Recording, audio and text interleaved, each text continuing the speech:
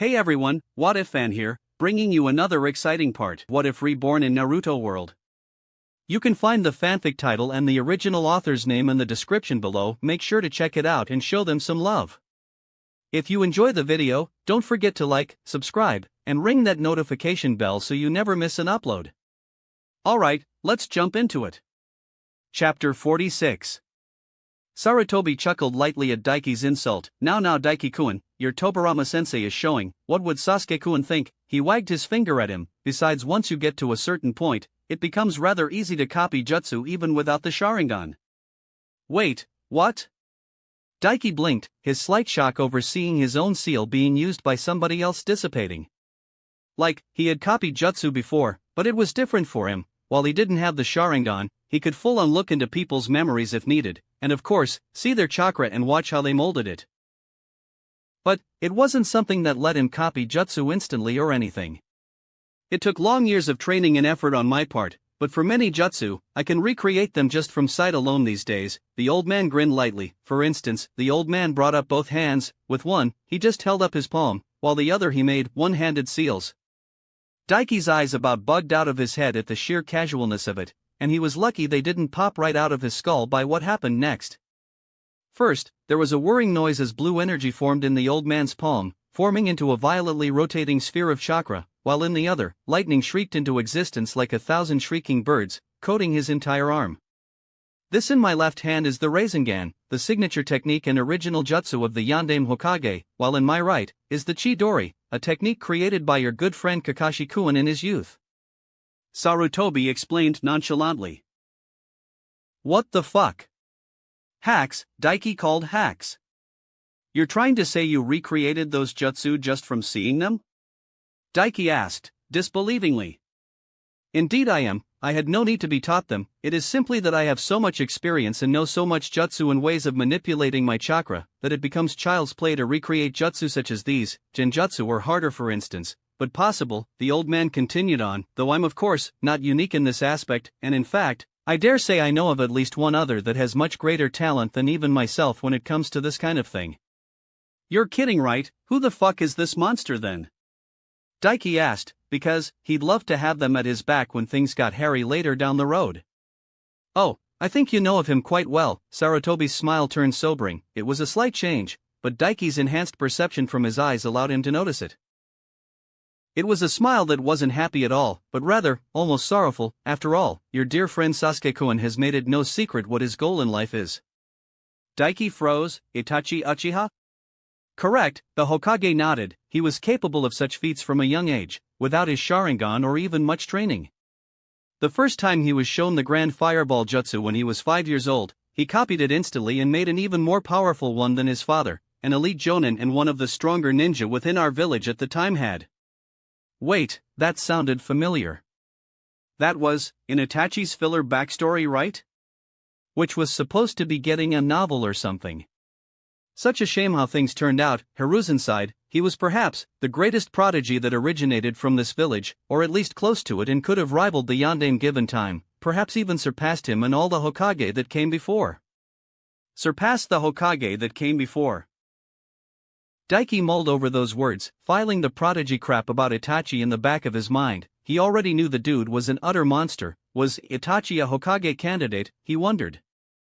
Hiruzen sighed. Perhaps I should explain. He mused and gave Daiki a slight smile. There is much blame to be held over young Itachi's actions, some I lay at my own feet even, and wish that I had not allowed others to dictate his path. You could say my prompt action with snatching you up myself comes from my mistakes with Itachi.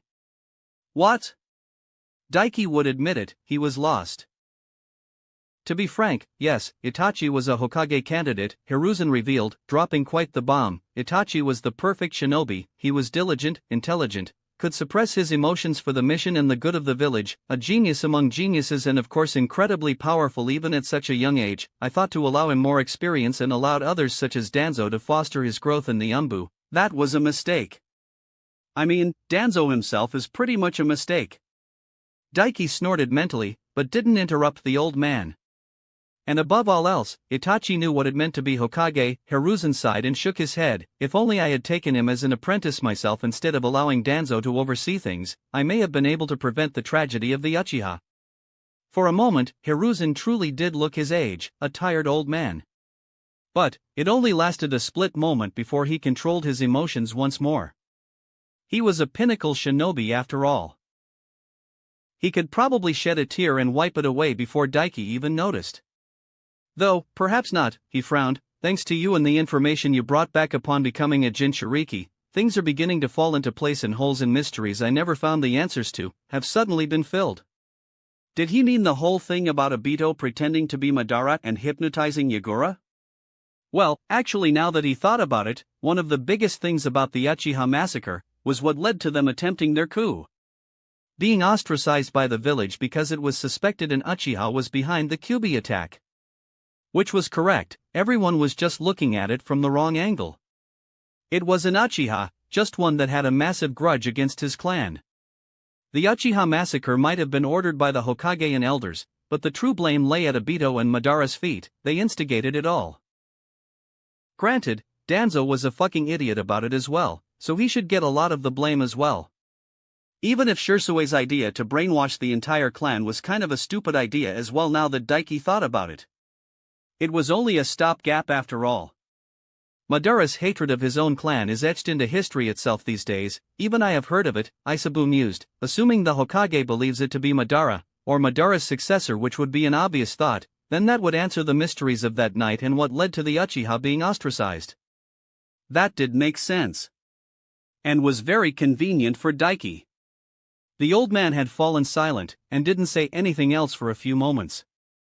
And so being an Umbu from a young age made him snap, right? Daiki asked, offering him an olive branch. The old man clearly didn't want to reveal the truth behind the Uchiha massacre right now. If ever. To be honest, Daiki thought the truth of it was better off buried right now.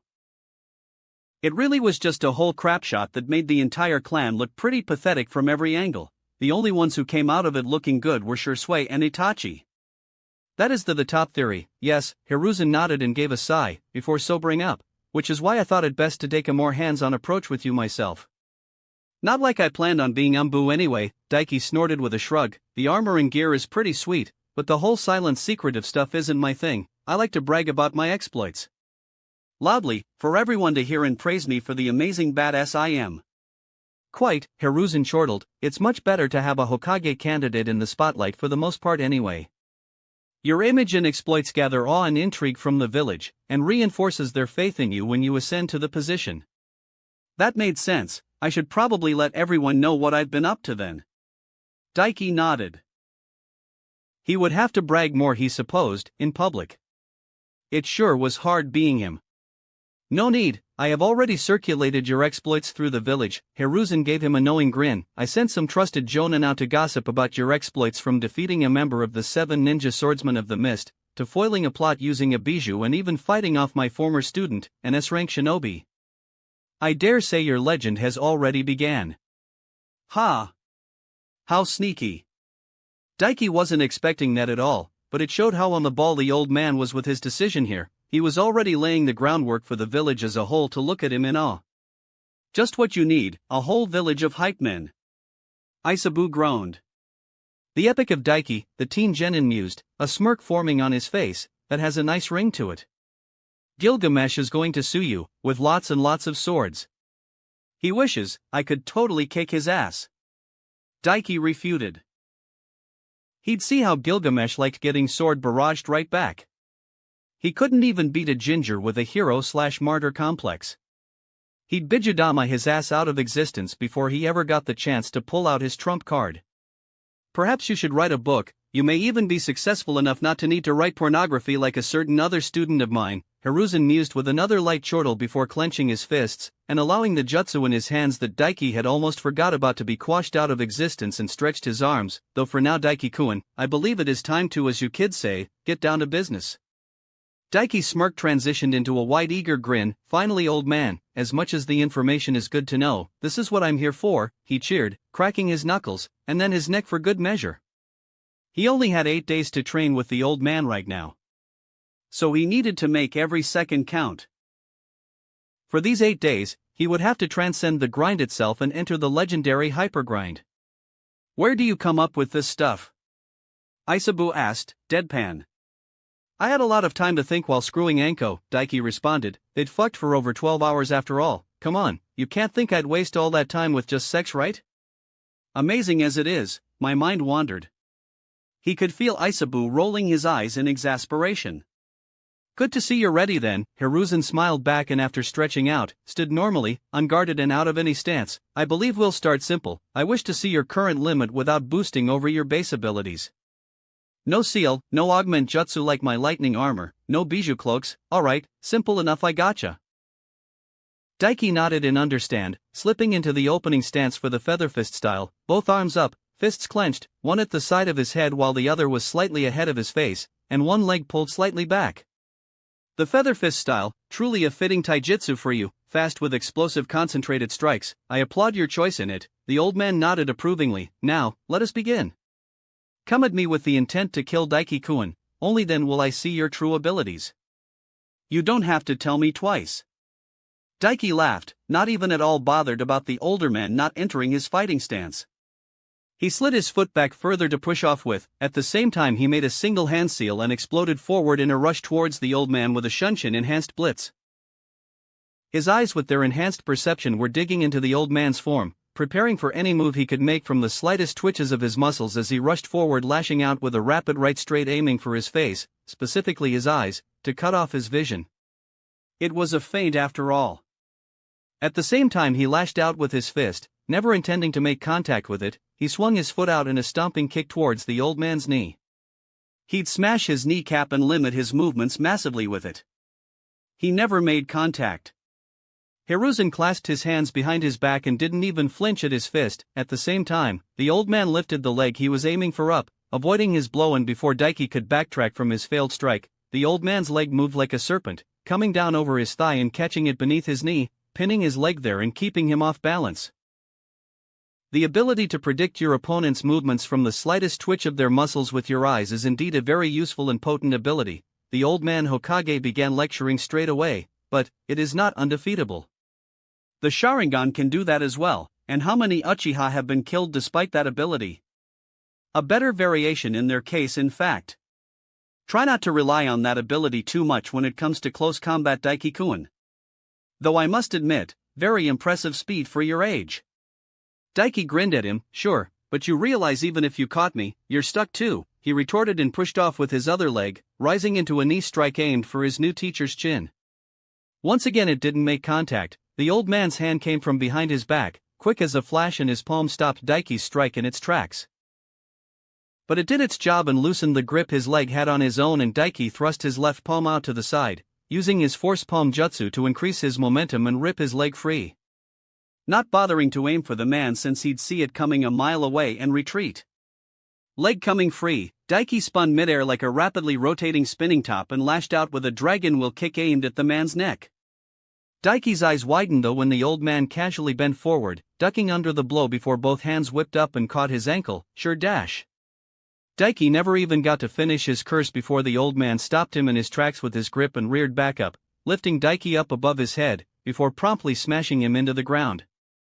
The ground shattered from the sheer force of the blow, and if Daiki weren't so tough he would have had the wind knocked out of his lungs. As it was, he was still stunned and not able to counter as the old man reared him back up into the air before spinning like a tornado and letting go, launching him like a bullet. He smashed into the cavern wall multiple dozens of feet away like a wrecking ball and went straight into it, debris falling and creating a cloud as his body cratered into it from the sheer strength behind the toss. Okay, that hurt. Daiki groaned, shaking his head and pushing himself up. Before the smoke and debris could clear though, he thrust both hands behind him and jumped, unleashing a pair of force palms that launched him high and rapidly into the air towards Hiruzen's position. Then he launched another pair of force palms, propelling him downwards and generating even more force and momentum. He smashed down with a double hammer blow that the old man sprang nimbly back from, the ground shattering inwards from the force of his blow. But Daiki didn't pause and rushed the old man, launching into a flurry of rapid fire blows, leading with punches into kicks, enhancing his momentum and rapidly rotating to hide his next move and gain more momentum for his next flurry of blows. He was pure non-stop motion given form. Yet the old man dodged, weaved around or parried and blocked his flurry of attacks with little effort. Letting Daiki tire himself out a bit, or maybe just to see how long he could keep up such a flurry of connected and concentrated attacks. The answer was, he could keep it going for a pretty damn long time. His stamina was insane and recovered rapidly even in his base. And the old man realized that pretty quickly, because he shut him down not long later and went on the offensive. Beautiful in its simplicity and timing at least. With no wasted movements and nothing Daiki could predict or at the very least keep up with in his base form speed, the old man weaved to the right, avoiding a knee strike aimed at his ribs, before sliding back left, foot extended, and catching his ankle. The old man barely touched him and he turned all of Daiki's momentum against him as the Tangenin found himself carried into midair, sideways and with little reach to counter. And then the Hokage smiled at him warmly and lashed out with a palm strike that caught him in the center of his stomach. Force palm jutsu, the old man announced gently. Daiki's eyes widened in shock, and then he gagged as a very familiar burst of pressure slammed into and through his stomach and carried him back through the air a good 20 feet, where he landed on his back, gagging and wheezing. Fuck! Daiki spluttered inwardly as he gagged, blood erupting from his mouth as he hacked and coughed. He'd never been properly hit by his own jutsu. It sure was something. If it weren't for his durability, endurance, and natural healing ability, that would have been debilitating and kept him down for at least a little bit. A point-blank shock wave to the internal organs would do that to a guy. Actually, most people would be dead. As many of his opponents could attest to, if they weren't dead from being hit by the force palm. Fuck, he sure could make a jutsu, couldn't he? But this was no time to be patting himself on the back. One arm wrapped around his stomach to keep his organs from jostling any while he healed, Daiki clawed his way to his knees and glared at the old man, baring his blood-stained teeth at him. Another, one of my jutsu, old man, he growled. You sure you don't have them spinny red monkey balls? Hiruzen just laughed. They're more one and the same, those jutsu of yours, and well, I don't know about spinning in red, but I dare say I have quite the supply of monkey balls, he replied in amusement, though, I suppose it's only fair I show off one of my own jutsu in return, Daiki-kun? Despite how soft, gentle, and warm the smile that was on the older man's face was, it sent alarm bells ringing off in Daiki's head. Especially when the Hokage made a single hand seal. With a single hand and breathed in deep, his chest expanding and flames spilling from between his lips, fire-style, fire dragon missile. And then promptly exhaled and fired off a gargantuan serpentine flaming dragon that blocked out his vision of the old man with its sheer bulk and roared towards him. Holy shit! Daiki gaped. The old man was seriously not pulling his punches. This would be a really good time to put the fire sealing method to test. If he actually knew the fire sealing method. But no matter how many clones he had read the texts the village shinobi library had on sealing, none of them even mentioned it. And he definitely needed it for the future to deal with Amaterasu just in case. It was too big and fast to dodge or outright with him injured right now, and countering with the same amount of power would leave him in point-blank range for the clash. He could only block. He ran through a few hand seals as he surged to his feet, and his chest expanded just like the old man's as he pumped a metric shit ton of chakra into his jutsu and exhaled, water-style, water wall. He spat a massive rushing wave of water that formed up into a huge shield over 30 feet high and long. Just in time for the massive fire dragon to smash into the barrier of water. An explosion erupted and shook the training cavern as steams welled outwards from the clash. He felt his skin drying up from the sheer heat produced and his mouth dry up. But, at the very least, he could use the vapor in the steam for his own benefit as well. He rapidly ran through hand seals as the dragon finally puttered out, leaving him enveloped in steam and his now limp and falling apart water barrier, spreading his chakra out. As he did, the steam converged into the barrier and the amount of water once again swelled up, before twisting and forming into a familiar, if very different serpentine form and clearing his vision to show the old man still in his previous position, water-style, water dragon jutsu. His own dragon of water roared and shot in the opposite direction of the fire dragon, towards the old man, deadly intent in its gleaming yellow eyes. But Daiki wasn't done. He rapidly made another few hand seals before thrusting his hands out, lightning style, electromagnetic murder, he roared, unleashing a stream of crackling branching electricity from his hands that shot over and enveloped his water dragon. Ho ho, a combination jutsu I see? Hiruzen nodded, pleased. I'm impressed. He hadn't seen anything yet. As the dragon rushed him, so too did Daiki. Pumping chakra into his eyes all the way. For the first time, he bore witness to the old man losing his composure, however minutely as tens of dozens of clones formed all around him and Daiki, all rushing him like the dragon. However experienced he was, there were some things that just weren't possible. And the chakra ghost clones couldn't be told apart from him, they made sound as they moved and even the Byakugan in Sharingan couldn't tell them apart from the real thing. The old man was forced to actually properly backpedal and dodge for the first time, leaping backwards and dodging his chakra ghost clones as they came at him from all sides with the electricity-enhanced water dragon hot on their heels. The old man ran through blurring hand seals Daiki's eyes couldn't keep up with, and as he landed, he finished. At the same time a puff of smoke came from one of his hands and a massive Fuma shuriken appeared in his grip. Wind whistled, forming around the edges of the Fuma shuriken, and the old man tossed it through the air, the spiraling star looking like a rapid buzzsaw. Shuriken Shadow Clone Jutsu. One giant Fuma shuriken became dozens, then hundreds in the blink of an eye. And in just seconds, most of his clones and his huge electrified water dragon were torn asunder. Even he wouldn't have been able to avoid them and gotten caught up in the barrage of wind-enhanced Fuma shuriken. If not for him creating a barrier of chakra and funneling a ton of his chakra into it. It stopped dozens of those clone shuriken in their tracks and forced them to dispel.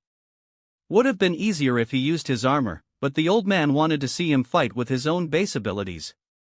As it was, as he dispelled the chakra barrier, Daiki, even with his own endurance and massive chakra capacity, found himself panting deeply. Both from the damage he'd taken and the rather large amount of chakra he'd just expended in short order. Meanwhile the old man looked no worse for wear at all. In fact, his clothing wasn't even ruffled and he still had that genial smile on his face. He wasn't going to lie, it was kind of annoying. "I think I've seen enough for now," Hiruzen mused, clapping his hands promptly. "You can relax, Daiki-kun." Despite himself and the way that casual dismissal hurt his pride in his abilities, Daiki couldn't help but feel relief. God damn, that old man was a monster. He didn't even come close to him in his base. So this was what the professor and second god of Shinobi was made of, huh? Daiki had to admit, he lived up to the hype. "I know exactly what we'll be working on for the next week or say, Daiki-kun," the old man said as he casually walked over towards him at a leisurely pace. "Though tell me, if I were to give you a choice of jutsu, what would you prefer? An elemental jutsu? A normal ninja art, a taijutsu technique? Or perhaps even a genjutsu?" Daiki blinked. "You're going to teach me jutsu?" he asked, all injuries and exhaustion becoming quickly forgotten as excitement jumped in his veins. "Among other things," Hiruzen replied, "there are a few specific jutsu I must teach you if you are to become Hokage in the future, jutsu only the Hokage themselves learn. But variety is the spice of life and a big help in different situations, so I'll be teaching you a variety of jutsu beyond them as well." Hokage only jutsu? That sounded freaking badass. Beyond them though, what did he need? He had lots of normal jutsu, quite a few genjutsu at this point, and even tons of elemental jutsu. Though, ironically, the one he was most lacking in was for his main elemental affinity, lightning. Well, technically it was fire jutsu since he only knew the one, but he'd been training lightning by far the longest and only had 3 pure lightning jutsu. And that was including his lightning armor. Wow, he really needed some more lightning jutsu. "I need lightning jutsu more than any else at the moment," Daiki replied, followed by fire. "I'd prefer lightning over fire though, since I've not done any fire elemental training yet." "I see." Hiruzen stroked his chin and hummed in thought for a moment, before nodding, easily rectified. "I will get you a scroll on fire elemental training, and I believe we'll start you off on learning the lightning style, Thunder Bomb. I believe it will go very well with your Kiba blades." "All right." Daiki nodded, grinning. It was kind of weird actually having a sensei who would teach him something. He wasn't going to lie. Kakashi, Kurenai and Asuma hadn't taught their teens shit after all. "What am I, chopped liver?" Isabu huffed. "You're not a sensei, you're my isobro." Daiki refuted. That disqualified him from the inherent failure that was senseis if those 3 clowns were anything to go by.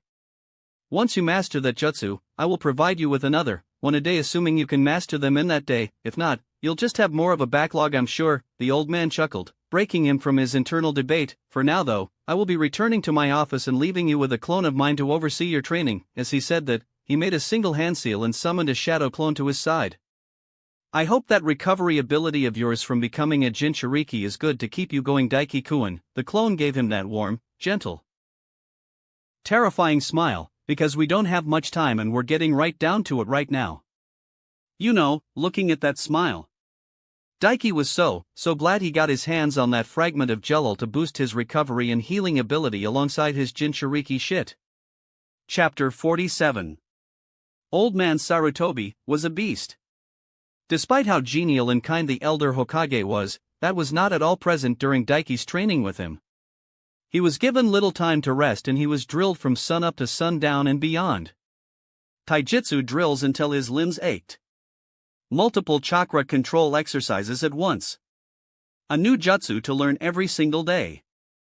And that was just the early morning practice. From there, they would move on to taijutsu sparring, atop the walls, atop the ceiling, atop the pond within the huge cavernous training room itself. Daiki was given no quarter and no mercy at all. He would fight the old man with pure taijutsu and get his absolute shit kicked in. Sarutobi Hiruzen's personal taijutsu styles were the monkey fist, a style his clan learned from the monkey summons, and the drunken monkey, a style he created personally based on that. But that was not all he used. The Academy style, the Inuzuka's beast claw style, the Uchiha's interceptor style, the strong fist, the Hyuga's gentle fist, even his own feather fist style and more beyond, taijutsu styles belonging to other villages. The old man slipped between so many different fighting styles, that after 5 days Daiki had long since lost count. From there, he would be given a half an hour break to eat and recover, before being thrown right back into it with running through drills of the jutsu he already knew and what he was in the process of learning. And then they would spar again, with everything at their disposal. Daiki's at least. Because the old man never once used a jutsu Daiki didn't already know, had seen already or was in the process of learning. And each time, even while they fought, the man would coach him, pointing out his mistakes, give him advice on what he was working on while at the same time beating him black and blue. Even with his heavenly star seal, even when drawing upon the lightning chakra mode, Daiki never once managed to defeat a single one of the man's shadow clones. And he sent quite a few to train him when he was busy each day. Especially since the last thing on the agenda each night was to spar with 5 of his shadow clones at once, each one using a different fighting style. He lost horribly. Each and every single time. And Daiki loved every second of it. Never had he been so beaten, never had he felt so exhausted in all his life. Never before had anyone pushed him to his limits and beyond as much as Sarutobi Hiruzen. Even with his regeneration in Jinchuriki status, by time the 6th morning of training under the 3rd Hokage rolled around and Daiki was roused awake in the morning after being literally beat unconscious, his mind was heavy, his body aching with phantom pains from multiple dozens if not hundreds of wounds that had long since healed. Ugh! Daiki rolled over in the rather luxurious, soft king-size bed that was present in the living area provided within the training cavern under the Hokage monument, before pushing himself up and out of the bed a moment later. He had only just awoken, but he couldn't afford to waste any time of his time at all training under the old man. He washed in the bathroom to wake himself up, summoned new clothes from his Dimension Force seal, ate a quick, crappy meal and made his way out into the main training hall. As he did, he called idly upon his status to check out his progress. Name, Daiki Uriai. Age, 13. Chakra capacity, 192/700/192/700, low tier Kage. Strength, 204/. Endurance, 290/. Durability, 205/. Agility, 204/. Taijutsu, 260/500. Ninjutsu, 380/500. Genjutsu, 105/500. Bokijutsu, 180/500. Chakra control, 317/500. Chakra affinities. Lightning, expert the heavens spark. Water, expert the sea parts before you. Wind, master the gale bows. Earth, adept the earth shakes. Fire, novice simmering power. Fuinjutsu, advanced the breath hitches. Damn, he whistled, impressed in spite of himself. The progress he'd made in the last 5 days had been nothing short of explosive. Even for him. Everything had risen by more than 25 points skill-wise, his taijutsu had outright risen a full 50 and his genjutsu, even while not learning any new ones, had risen dramatically from how much he'd been forced to use it to even stave the old man off for even a second more during the spars they had. And beyond that, not only had his lightning affinity risen up to the expert level, he'd outright hit the mastery point of the wind element, alongside earth and fire appearing on his status as affinities now. It was kind of ironic that he'd mastered the outright worst element, polar opposite of his first affinity before any else. Well, it's not like I've actually been training my lightning affinity all that much lately, he mused. The increase in ability had risen from advanced to expert simply because each day, the old man Hokage would give him a new lightning jutsu to learn and expected him to get them down before he got another more or less. Honestly, it would have been outright impossible without all his shadow clones training diligently within Isabu's dimension. But, it was amazing either way, because he now had an affinity for every single element. A moment later, he dismissed the status screen as he opened the door of the living space and left, entering the training space. He was not at all surprised to find a familiar old man dressed in his battle gear, casually sitting on a comfortable armchair that looked completely out of place in the training area, nursing a cup of tea. "Good morning, Daiki-kun," Hiruzen greeted him warmly. "You took a whole minute longer to come today. I was almost afraid you were going to boycott training today."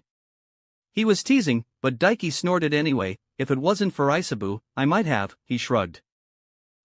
He could not stress enough, the old man and his clones literally beat him unconscious every night. Even with his absurd vitality and healing, it usually took time to wake up normally from that, and Isabu forced him to stay unconscious and rest his mind as long as possible on top of that. Honestly, it's no wonder the Sannin turned out to be complete monsters if this is how you train your students.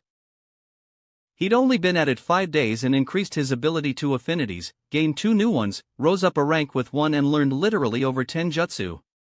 5 lightning, 2 earth, 1 wind, the old man's fire style, fire dragon missile jutsu with coaching from him. Hell, the old man had even known the poison mist jutsu and helped him get it down in that time as well, in between kicking his ass up and down the cavern. Sadly, he hadn't managed to get that equipment shadow clones jutsu down yet though. But yeah, the Sannin trained under old man Sarutobi for years. They would have either become complete monsters under him or died in the process. Honestly, the older generation of ninja were made of some real tough shit back in the day. He was barely managing to keep going even with his healing abilities. Hiruzen, who was about to raise his cup up to his lips, paused and laughed lightly. "Oh, Daiki-kun, I'm afraid I didn't train them even closely to as intense as I'm training you. Unlike them, we only have a week together for the moment." His eyes twinkled with amusement. "In fact, I was not even planning on training you this hard, but I was forced to escalate because of how quickly you have been progressing and just the sheer amount of endurance you have. If I trained my old students as I did you, I don't think they would have survived long." "Ha!" Daiki blinked, surprised. No, what is there to be surprised about? While they are indeed incredibly powerful and talented, 2 of them are from civilian backgrounds. Isabu deadpanned, making himself known for the first time in the day. "You have me, a literal bijou, and everything going on in that seal of yours on your neck, enhancing you, healing you, filling you with energy. Any other human would have long since died from the sheer amount of energy you have exuded in the last few days, and if not that, just the sheer amount of injuries would have did." Sure, but it was still surprising. But, it was good news at least. It showed he truly was on the right path. Or maybe he was delirious from one too many head wounds from being beaten unconscious from an utter monster of an old man. You've been 51 cards shot of a deck since the moment I met you," Isabu helpfully replied. Daiki smirked and shrugged off the jibe, turning his attention back to the old man. "Good to know I'm the most badass student you've ever had," he replied. "So, what's on the menu for today?" "Same as usual," he questioned, excitement once again filling him at the thought. Truly, these 5 days had been a grind paradise. Honestly, the only bad thing he had to say about it was that it sucked he hadn't finished his seal to integrate Shursui's Sharingan. If he did, he'd have been able to copy literally every prolific taijutsu style the Leaf Village had to offer from the old man during their spars. "Actually, we're going to be doing something a little different today." Hiruzen shook his head. "I was initially going to hold off on this until after the Chunin exams when I would have more time to teach you, but after what I've seen of you the past 5 days, I believe you may be able to get it down in these last 2 days." Well, that sucked. He was all for getting more lightning jutsu from the man. With each one he learned, after all, he felt his control over the element increase noticeably. Though that might just have to do with the fact the old man had not taught him a single low-level technique. 4 of them had been B rank, while the most powerful of them all, the lightning style, Thunder Dragon Tornado, had been an A rank. And he'd been looking forward to trying to get the equipment Shadow Clone down as well. Oh well. He shrugged mentally. If the old man specifically wanted to teach it to him, then it must have been something incredible. Lay it on me, old man. Confident as always, I see. Good, you'll need it for this technique. Hiruzen nodded approvingly. What I will be teaching you is a very special technique that only those who have been considered for the Hokage position have been taught, and requires a vast amount of chakra to use. So much so, that it requires 3 others on the level of a Kage to use. Not even Kakashi-kun is capable of this technique. Oh? The excitement that had dimmed roared to life once more. Not even Kakashi, huh? He noted eagerly. So who all from our village can use it? He wanted to see just who exactly he was going to be comparing to here. It's a very short list, but if you want to know, I suppose there's no harm, Hiruzen mused. Well, of course there is myself, but beyond me there is the Shodame, the Nidame, and the Yondame. Of course, you probably won't be surprised that Madara Uchiha learned the technique, or rather helped create it. From there, Tsukumo Hatake, Orochimaru, Jiraiya, Tsunade, my old friend Danzo whom you've spoken to, and Kushina Uzumaki. In the history of the Leaf Village only 11 people have mastered this technique. You will be the 12th. That was a bigger list than he was expecting. Wait. Something of what he said just clicked. Kushina Uzumaki was a Hokage candidate, he gaped. That he did not know at all. Mind blown. Initially, before she gave up the idea in favor of Minato-kun, Hiruzen revealed, Kushina-chan was a very powerful shinobi, perhaps the greatest seal master this village has ever seen, surpassing even Mito-sama. She had volumes of chakra that surpassed even mine, and with her natural bloodline and abilities of being a pure-blooded Uzumaki Jinchuriki of the Kyuubi alongside her powerful wind and water jutsu, she was a force to be reckoned with. That was interesting to know. While he'd always thought Kushina was a badass, a hot badass that was capable of even holding down the Kyuubi, he hadn't thought she'd been all that much stronger than a Jonin. But no, according to the old man, she was stronger than Kakashi was. Interesting. Though, sadly more trivia than anything now, since her apparent strength was useless now. What with her fineness being a rotting corpse now.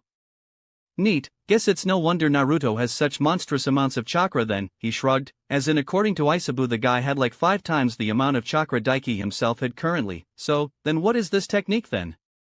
It is called the Four Red Young Formation, Hiruzen replied, a technique so great, that when in use, not even the Kyuubi itself would be able to break out of. Daiki's eyes widened in shock. Isn't that the technique the old man and the other previous Hokage used to literally box in the Jubi and no sell its fucking Bijudama? Now that was a technique worth learning. Quite. Isabu agreed, and Daiki could hear the slight shock in the Biju's own tone. With one hand holding a pen and scrawling away at papers atop his deck, while the other idly drummed his fingers atop the solid sturdy piece created by the first Hokage himself, Hiruzen found temptation beginning to get the better of him. His eyes flickered towards the crystal ball sat atop a velvet cushion at the edge of his deck, all but beckoning him to peer inside. It was the only thing in the entire village, perhaps even the world, that would allow someone to peer into the depths of the Hokage monument and see the interior of the training space deep within it. I had forgotten just how much fun it was to teach a student, the old man smiled wryly to himself. The past week had been a rather enjoyable time for him. Imparting what he knew upon young Daiki-kun was exciting and nostalgic all in one. Spending time with the boy, in such close proximity over the last week, had been like spending time with all 3 of his students once more. The tenacity and loud-mouthed confidence of Jiraiya, the snarky pride backed up by absurd resilience of Tsunade, and the sheer clever genius of Orochimaru. He was not ashamed to admit, his chest ached a little bit as he remembered those days gone by. Oh, Orochimaru. He shook his head and suppressed the feeling of melancholy that began to assert itself at the thought of his once most promising student. The fear the boy, and he would always be that quiet, sad little boy to him, had gained upon seeing the fate of his parents had twisted him in all the worst ways. He was hardly even recognizable as the boy he taught years ago. But Daiki was not Orochimaru, not even close. While the talent was there in the greed, the deep hunger for jutsu and a fear the boy did his best to hide under a facade of supreme confidence, the difference was truly as clear as day to him. Orochimaru could never have allowed a bijou to have such sway over him, have his life in its hands. He would never allowed something as banal as sexual desire to waylay him from his pursuit of strength. He would never have lost his temper over a fellow shinobi putting their very body at risk using a forbidden jutsu to win a fight. No, rather Orochimaru, who had never been close to anyone outside of their team, would have simply taken the chance to study the 8 gates in use in front of his very eyes. Yes, while Daiki had all the best traits of Orochimaru that made him become a monster in the end, they were balanced by the worst traits of Jiraiya that made him the clown everyone once looked down upon, but what let him become the man he was today, a man whose hands he could safely leave the fate of village and should he perish. If the man had wanted the position at least. These days, Jiraiya-kun was stronger than him, and even in his prime, he would be hard-pressed to defeat his perverted student with even his incomplete senjutsu. Should he ever manage to master it, Jiraiya would surely have surpassed him at his strongest. Speaking of Jiraiya, Hiruzen placed his pen down and sighed. "Will you stop lurking out there and come in already?" he said aloud, rolling his eyes. A moment later, the window behind him was slid open and a chuckle echoed out as Jiraiya climbed in. "No hiding from you, huh, sensei?" The man grinned at his back. Sorry, I saw this amazing chick with a massive rack just as I got here, had to take a minute to give her a look-see, total MILF material, you know? She'll be perfect for my next book. Do try to be creative with your characters' names this time, will you?" Hiruzen snorted. "Neither Tsunade nor Kushina ever forgave you for using them as the main heroines of your first 2 books. They were just playing it up, they totally loved it." Jiraiya merely gave a booming unashamed laugh as he closed the window, leaned against it. "In fact, Minato used that to spice up their time in the bedroom. Actually, you could say it's thanks to me a certain little someone came about so quickly. Watching your prized pupil engage in intercourse with his wife, truly I should have had you locked up long ago." Hiruzen shook his head. Now sensei, let's not throw stones in glass houses, eh?" Jiraiya retorted. "We both know you read my book and are eagerly waiting for the next installment." Hiruzen did not dignify that with a response, even if his eyes did flicker briefly down to his palm where a certain seal now lay inscribed. A much better hiding place than the old hidden drawer in his desk. "So, what brings you to see me? Shouldn't you be busy training Naruto-kun?" That was one of the main reasons why he'd recalled the man to the village after all. It was not long ago that Naruto first drew upon the Kyuubi's chakra during his mission to Wave. He'd wished to keep the boy from interacting with the beast for as long as possible, for when he did, it would be the start of a long difficult time, but was no putting it off any longer. Naruto-kun, despite his heritage, did not have access to the tools that would allow him to suppress the beast that his mother and Mito-sama did. And the more he reached into the seal, the more the Kyuubi would be able to reach into him as well. "That's pretty much why I'm here, sensei," Jiraiya shrugged. "He's training against his clones right now, but he's more or less got the hang of the summoning jutsu and pulling on at least a small part of the Kyuubi's chakra, though he still wastes an absurd amount of it when using any jutsu. I'm not a great help on that part though." Yes, he was well aware. Chakra control was perhaps his student's worst attribute and why he was terrible when it came to using genjutsu and had been unable to perfect his sage mode to this day. Chakra control will always be a struggle for the boy as long as the Kyuubi loathes him. Hiruzen pointed out. The fact the boy could use any jutsu at all reliable was a testament to his talent actually. He had many factors working against him. Even as a baby, Naruto was born with an immense amount of chakra. From the simple fact that he was an Uzumaki, born to a father as powerful as Minato and Kushina, the Jinchuriki of the Kyuubi alongside being an Uzumaki, never mind the fact that even as a fetus he was exposed constantly to the beast's chakra, meant he was always destined to stand heads and shoulders above his peers when it came to sheer chakra. And the more chakra one had, the harder it was to control. But beyond even that, was how his seal worked. It was a beauty of a seal that Hiruzen himself could not replicate half the quality of even if he knew how to perform the seal himself. It siphoned part of the Kyuubi's chakra constantly and filtered it into Naruto's own chakra coils, meaning that not only was his chakra capacity constantly growing, but also always in a state of flux, making it that much harder to control. And it did not stop there. The Kyuubi's chakra was not only absurdly dense and powerful, but filled with malicious hatred that made it outright corrosive. Not even Midosama or Kushina could handle it, which was why they suppressed its power. Naruto, on the other hand, had been exposed to the chakra since the very moment he was conceived and was especially attuned to it. It was not a stretch to say that Naruto was born to be the Jinchuriki of the Kyuubi. That did not mean he was immune to the effects of the malicious corrosive hatred within the beast's chakra though. The chakra itself fought tooth and nail against Naruto's own, worsening his control even further. Yes, Hiruzen could confidently state that if the beast were sealed within himself, when he lacked an ability to suppress its power, he would likely never be able to use jutsu again. It was a massive double-edged sword, and by time Naruto-kun reached Hiruzen's own age, should he live that long, the boy's chakra would dwarf his own. In fact, dare he say, he might even dwarf that of Hashirama-sama. And should he ever manage to tame the beast or earn its allegiance like Killer Bee or Daiki-kun himself, he would become unstoppable and may very well surpass the first Hokage and Madara Uchiha themselves. Yeah, well, much as we can't help him that much beyond training on that front, we do have somebody who can now, don't we? Jiraiya replied. Perhaps. Hiruzen pursed his lips. The situation is rather different in Daiki-kun's case though. Not only had he saved the Sanbai and earned its friendship, it was a lot more docile than the Kyuubi and vastly weaker. While he had not combated all the Bijuu in his lifetime, he'd faced off against quite a few and had first-hand accounts of them from Hashirama-sama. According to him, the Kyuubi was so powerful it could have fought all of the other 8 Bijuu at once, and came out the victor. While all the other Bijuu had a variety of abilities, the Kyuubi did not. But what it lacked in versatility, it made up for in sheer raw strength and power. It was said that if the Kyuubi had so desired, it could have destroyed the entire planet, such was its power. Not saying they aren't. That kid's a perfect Jinchuriki. Just from that factor alone he's someone even we can't take lightly in a full-on fight even though he's just a brat right now, Jiraiya said, but it's weighing heavy on Naruto and that Sand Kid has him spooked. That kid Daiki might not be able to tell him how to control the Kyuubi's chakra, but he can show him how to use it, and he can show Naruto that being a Jinchuriki doesn't have to be something to be ashamed about it. That was true. Hiruzen did concede to that point. In fact, Daiki was vastly different from most Jinchuriki. He in fact relished in what he was proud to be the Sanbai Jinchuriki. In fact, the boy had referred to himself as the Great Lord Sanbai Jinchuriki-sama a few times during their training.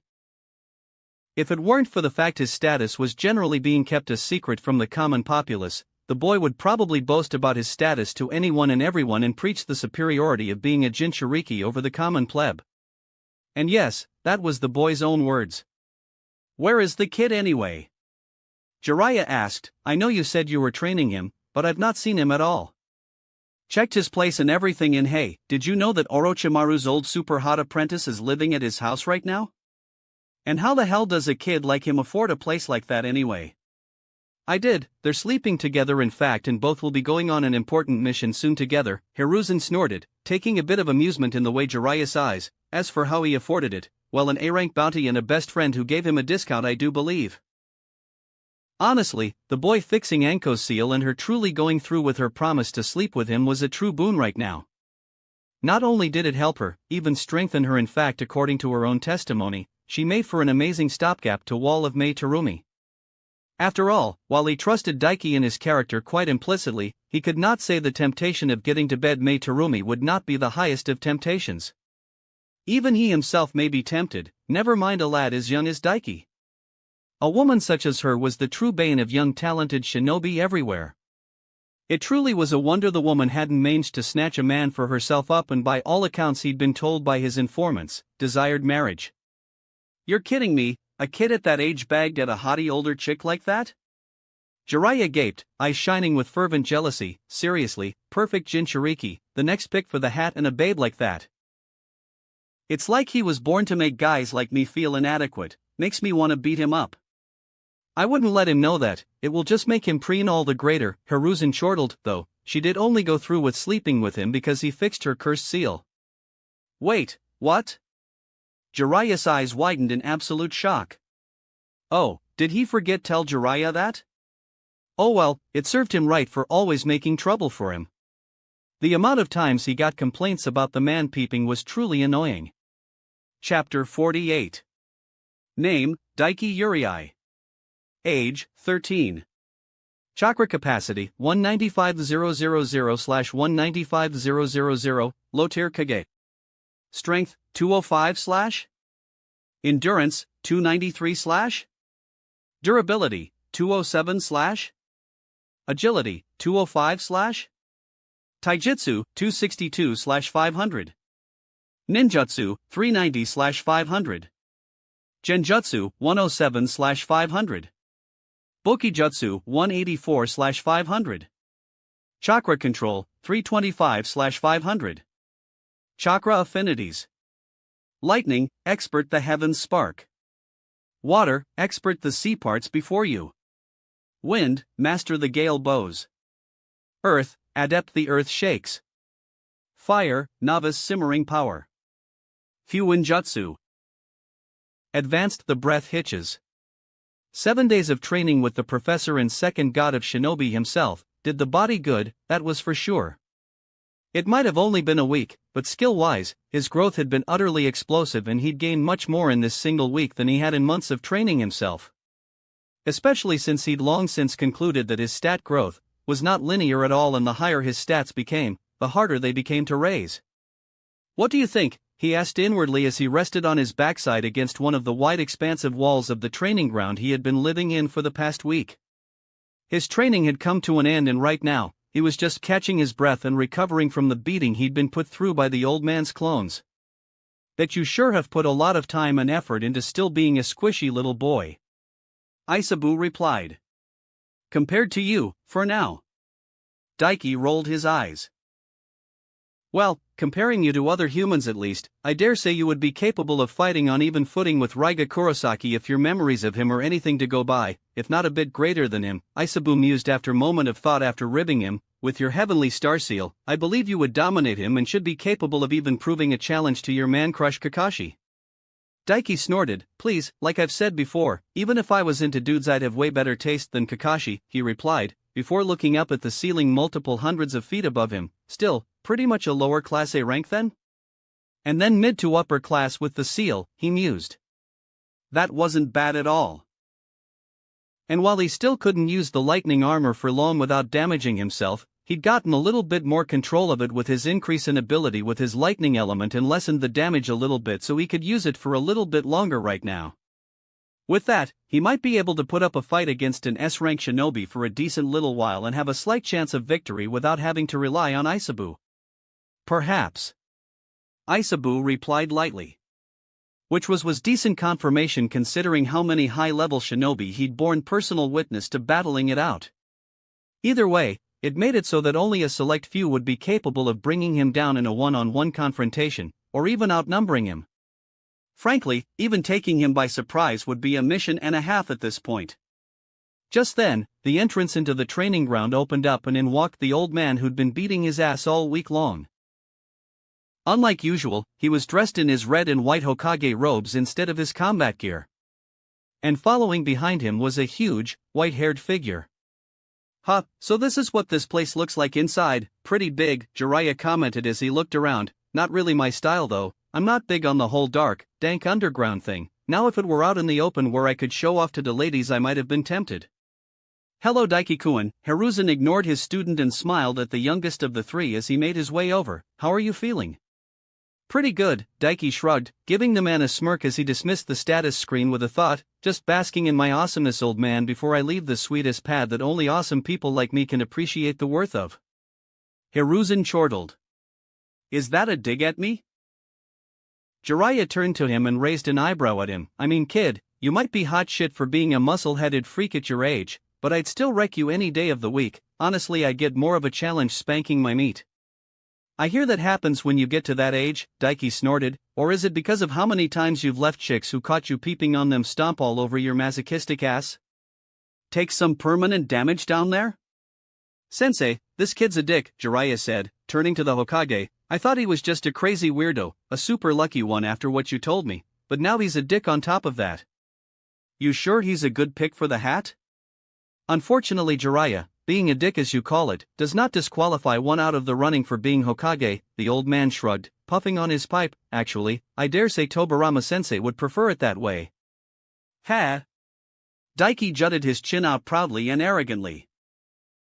I really need to find out how strong that crap you smoke is one of these days, sensei. It must be some real high-quality stuff. Jiraiya shook his head with a huff, before promptly sobering and turning back to meet Daiki's eyes. So, you're probably wondering why I turned up with Sarutobi-sensei, right? He asked. Not really, Daiki shrugged. You're his student, so not really all that odd for you to be around him. Though, you bringing it up is another matter and makes it apparent you wanted to see me for something. But considering Jiraiya should be in the middle of training Naruto right now during the lead-up to the Chunin exams, then it made him think it had something to do with him. The only other thing it could be for was in relation to Orochimaru or the Cursed Seal.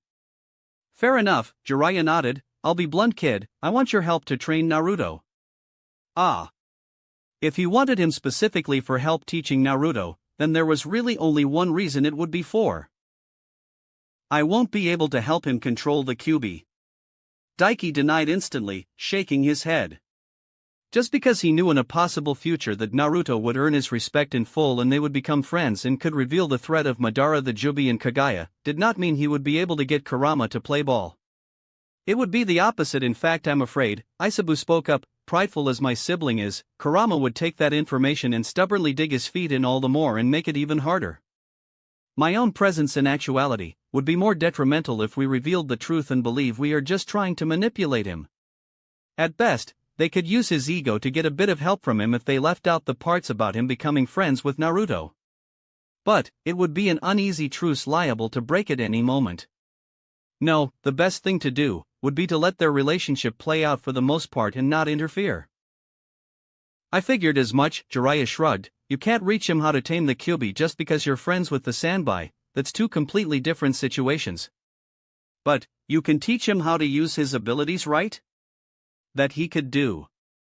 I can teach him the basics of the chakra cloaks and give him some advice, but any special abilities I get from the Sanbai are much different from his. Daiki responded, nodding even if his words hitched for a moment in the middle.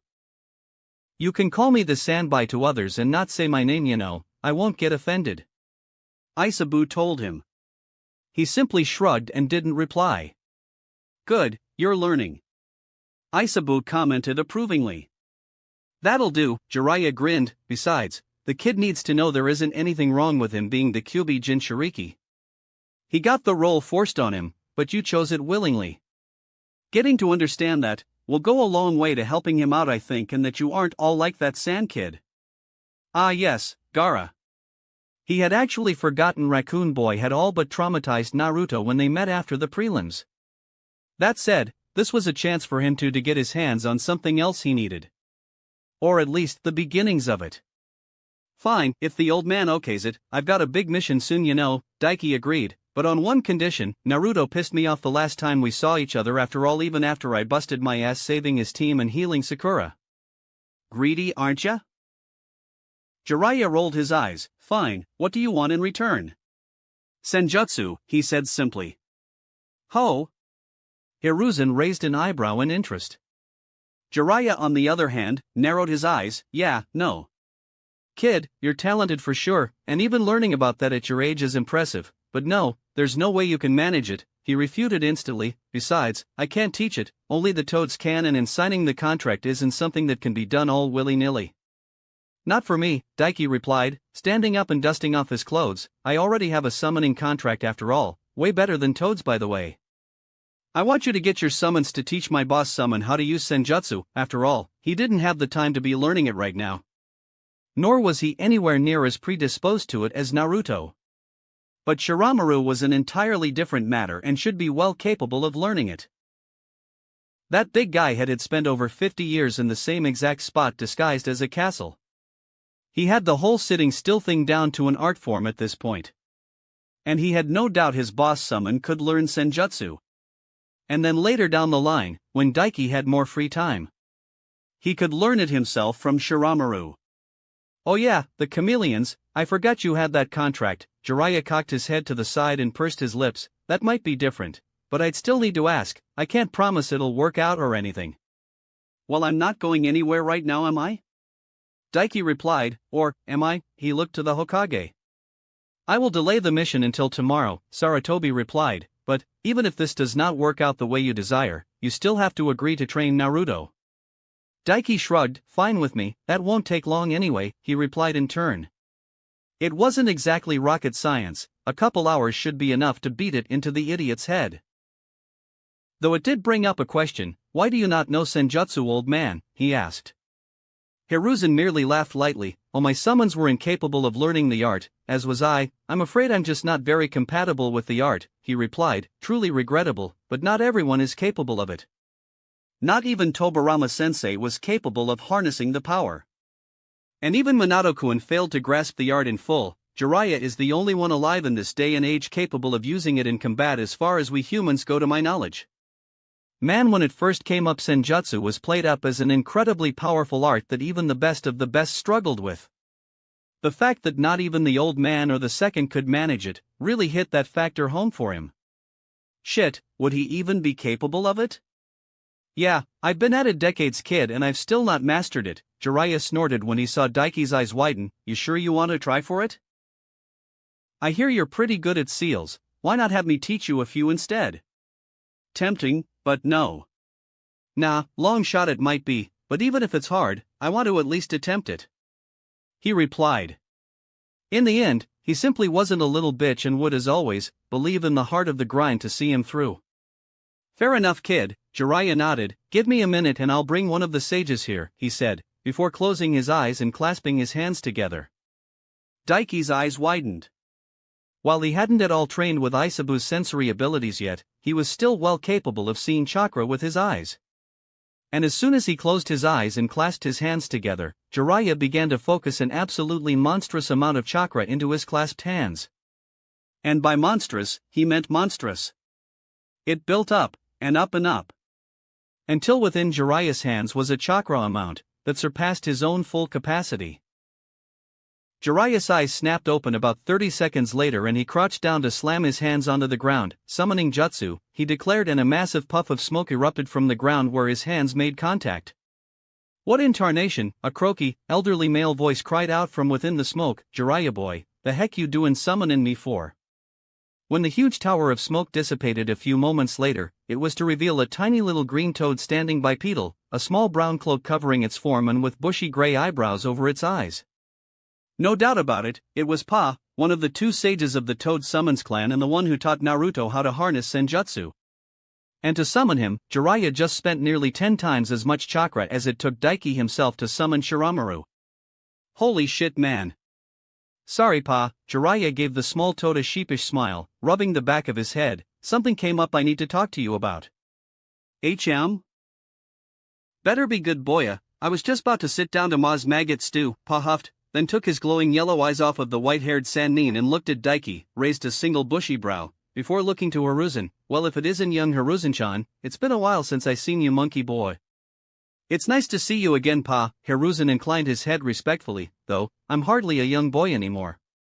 Bah, you're still a whippersnapper to me, boy, Pa snorted, waving him off. Now then, who's this lad then? Quite the powerful chakra this one has for being but a tadpole. The old toad turned his attention back to Daiki and scrutinized him with ancient eyes. How old was Pa again? This brat's the reason I summoned you, Pa. Jiraiya waved his arm at the boy. Kid's a weirdo, he's a perfect Jinchuriki, sealed the Sanbai in himself a few months ago and got its allegiance. I want his help with teaching Naruto how to use the Kyuubi's power properly, but he wants something in return. Kyuubi Jinchuriki, huh? I see. Pa clicked his tongue, and didn't comment at all on his own status, but his gaze did sharpen and Daiki felt a pressure settle on his shoulders. Well then, boy, what you want? Can't be something as simple as signing the contract. Jiraiya boy could handle that and would have brought out Bunta boy if not instead of me. I want you to teach my boss summon how to use Senjutsu. Daiki replied bluntly. There was no point dancing around the issue. Either the old toad would do it, or he wouldn't. Simple as that. Pa stared at him silently for a moment, before promptly snorting, "That's so, tadpole," he chortled. "And why is that?"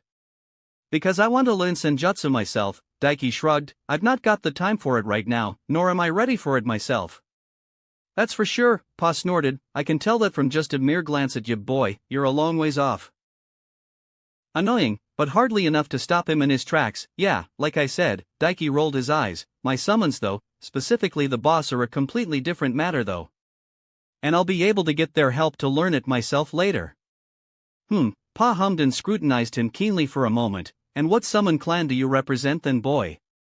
The Chameleon Clan. Daiki replied. Pa blinked. Oh, that brings me back. He shook his head. I did hear young Shiramaru finally returned to his clan after gaining a new summoner. You must be something special to catch the eye of that stubborn little lizard. Young? Shiramaru was over 100 years old. Well, he's definitely not allied with the snakes, at least, not after the falling out he had with his dear whippersnapper of a papa little mandaboy. Humph, Pa huffed, taking his attention off of Daiki to look at Jiraiya and Hiruzen. What say you two lads? Can you speak for the lad's character? Do you think he's worthy of it? Jiraiya shrugged, which was fair, they barely knew each other. The white-haired man looked to his elderly teacher. The human one.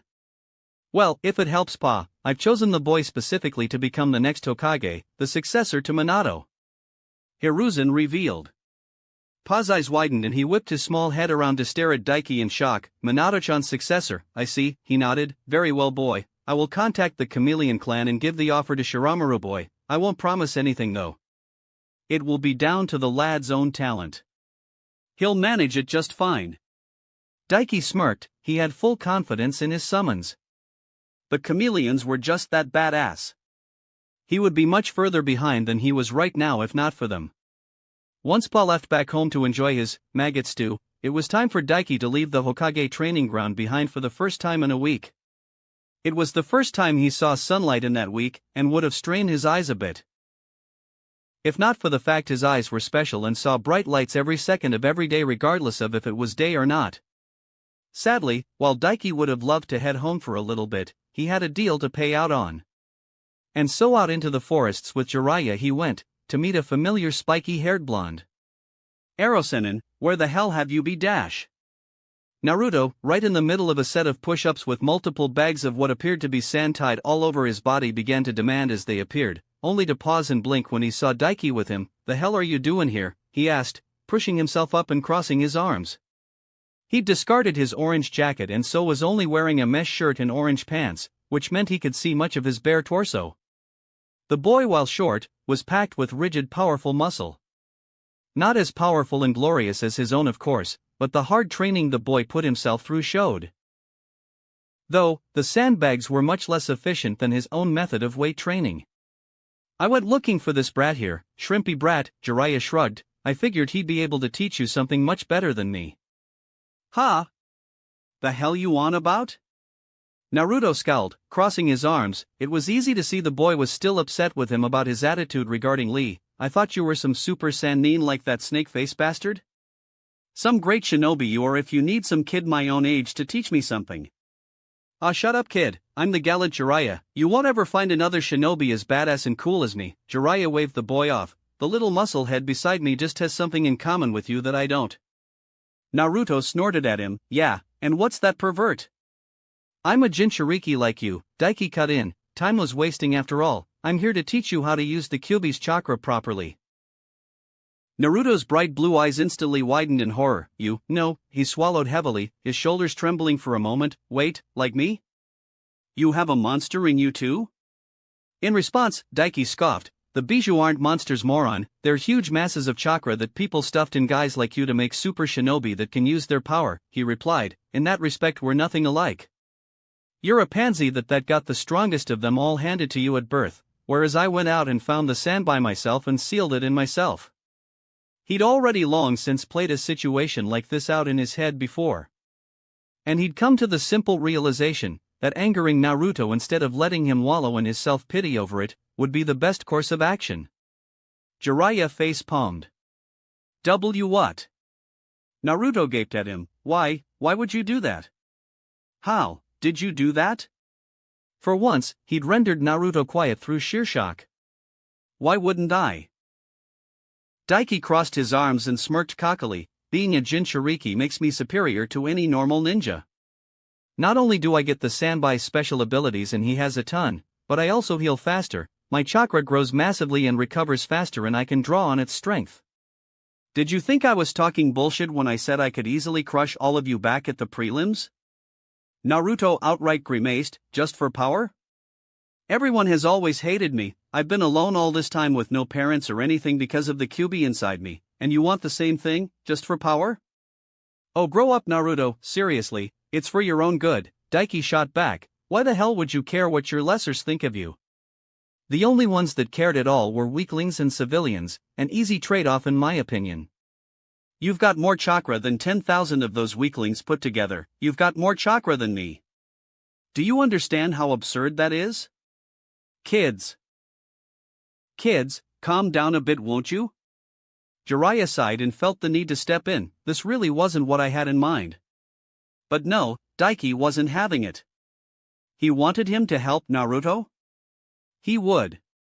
And the blonde would be all the better off for it, both physically and mentally. Hell, he'd be happier in the end.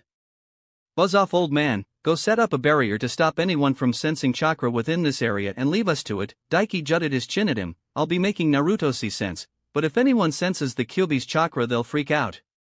Jiraiya hesitated, but Daiki narrowed his eyes at him and then with a mental tug, he called upon his closet ally's power. Almost casually, a bubbling cloak of sizzling red chakra formed around his body, splitting into 3 huge, thick tails at his back and waving languidly in the air. He was making a point. Jiraiya grimaced, understanding, fine, but I won't be far, he conceded and disappeared in a blur using a shunshin. Only then did Naruto speak up, that chakra. Like it? Daiki spread his arms wide and invitingly, massive grin on his face. This is what is called the version 1 Bijou cloak. It's the step up from that little aura you can call on right now. You can draw right up to as many tails as your Bijou has. In your case, that would be 9. As he finished speaking, he saw the air ripple above them as a clear translucent barrier formed. I don't even know what's going on, but I can tell it's super strong, Naruto grudgingly admitted. I still don't get it, Daiki. Sure, it's strong, but why would you want it? Don't you remember, the Kyuubi attacked the village, it killed so many people. It's why I grew up hated and without parents. I don't want to use its power unless I need to. And? Daiki replied, the Kyuubi killed my parents too. My dad died in its initial attack and my mom 2 years later because of its chakra that infected her.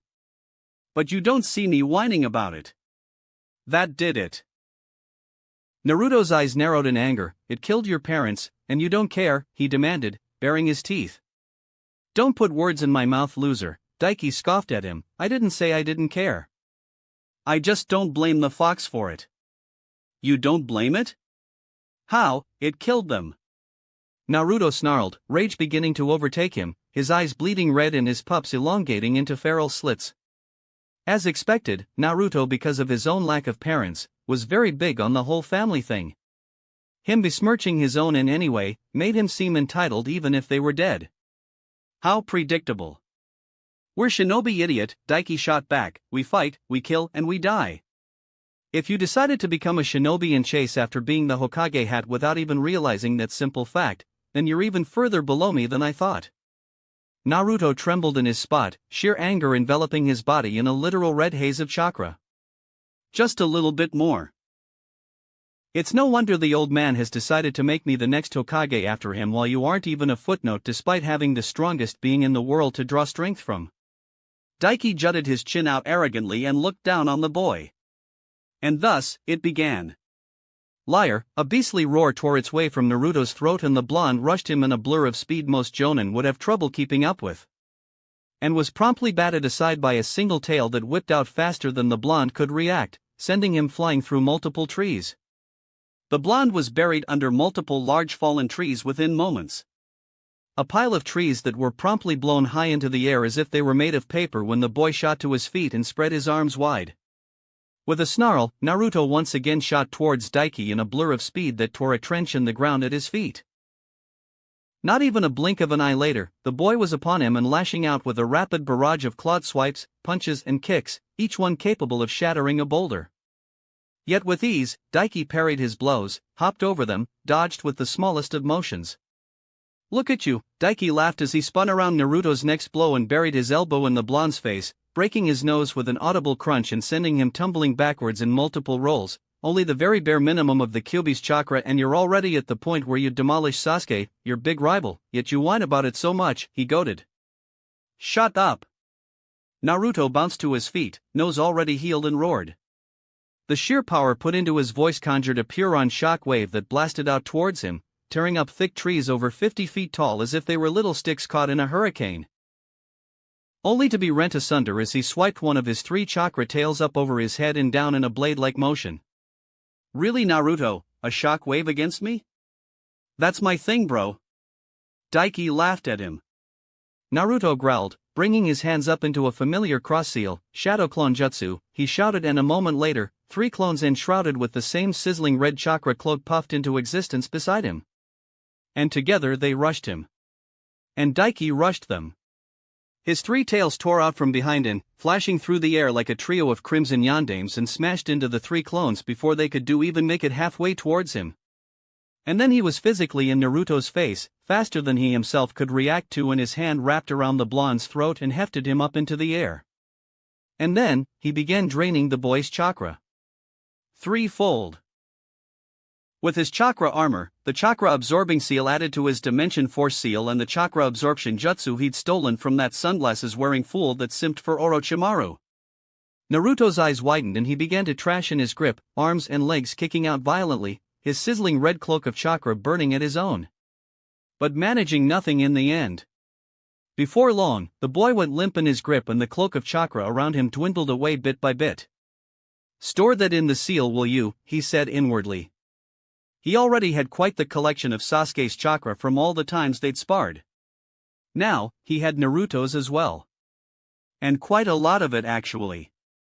And he'd take the time to cultivate both for his own uses. Already on it.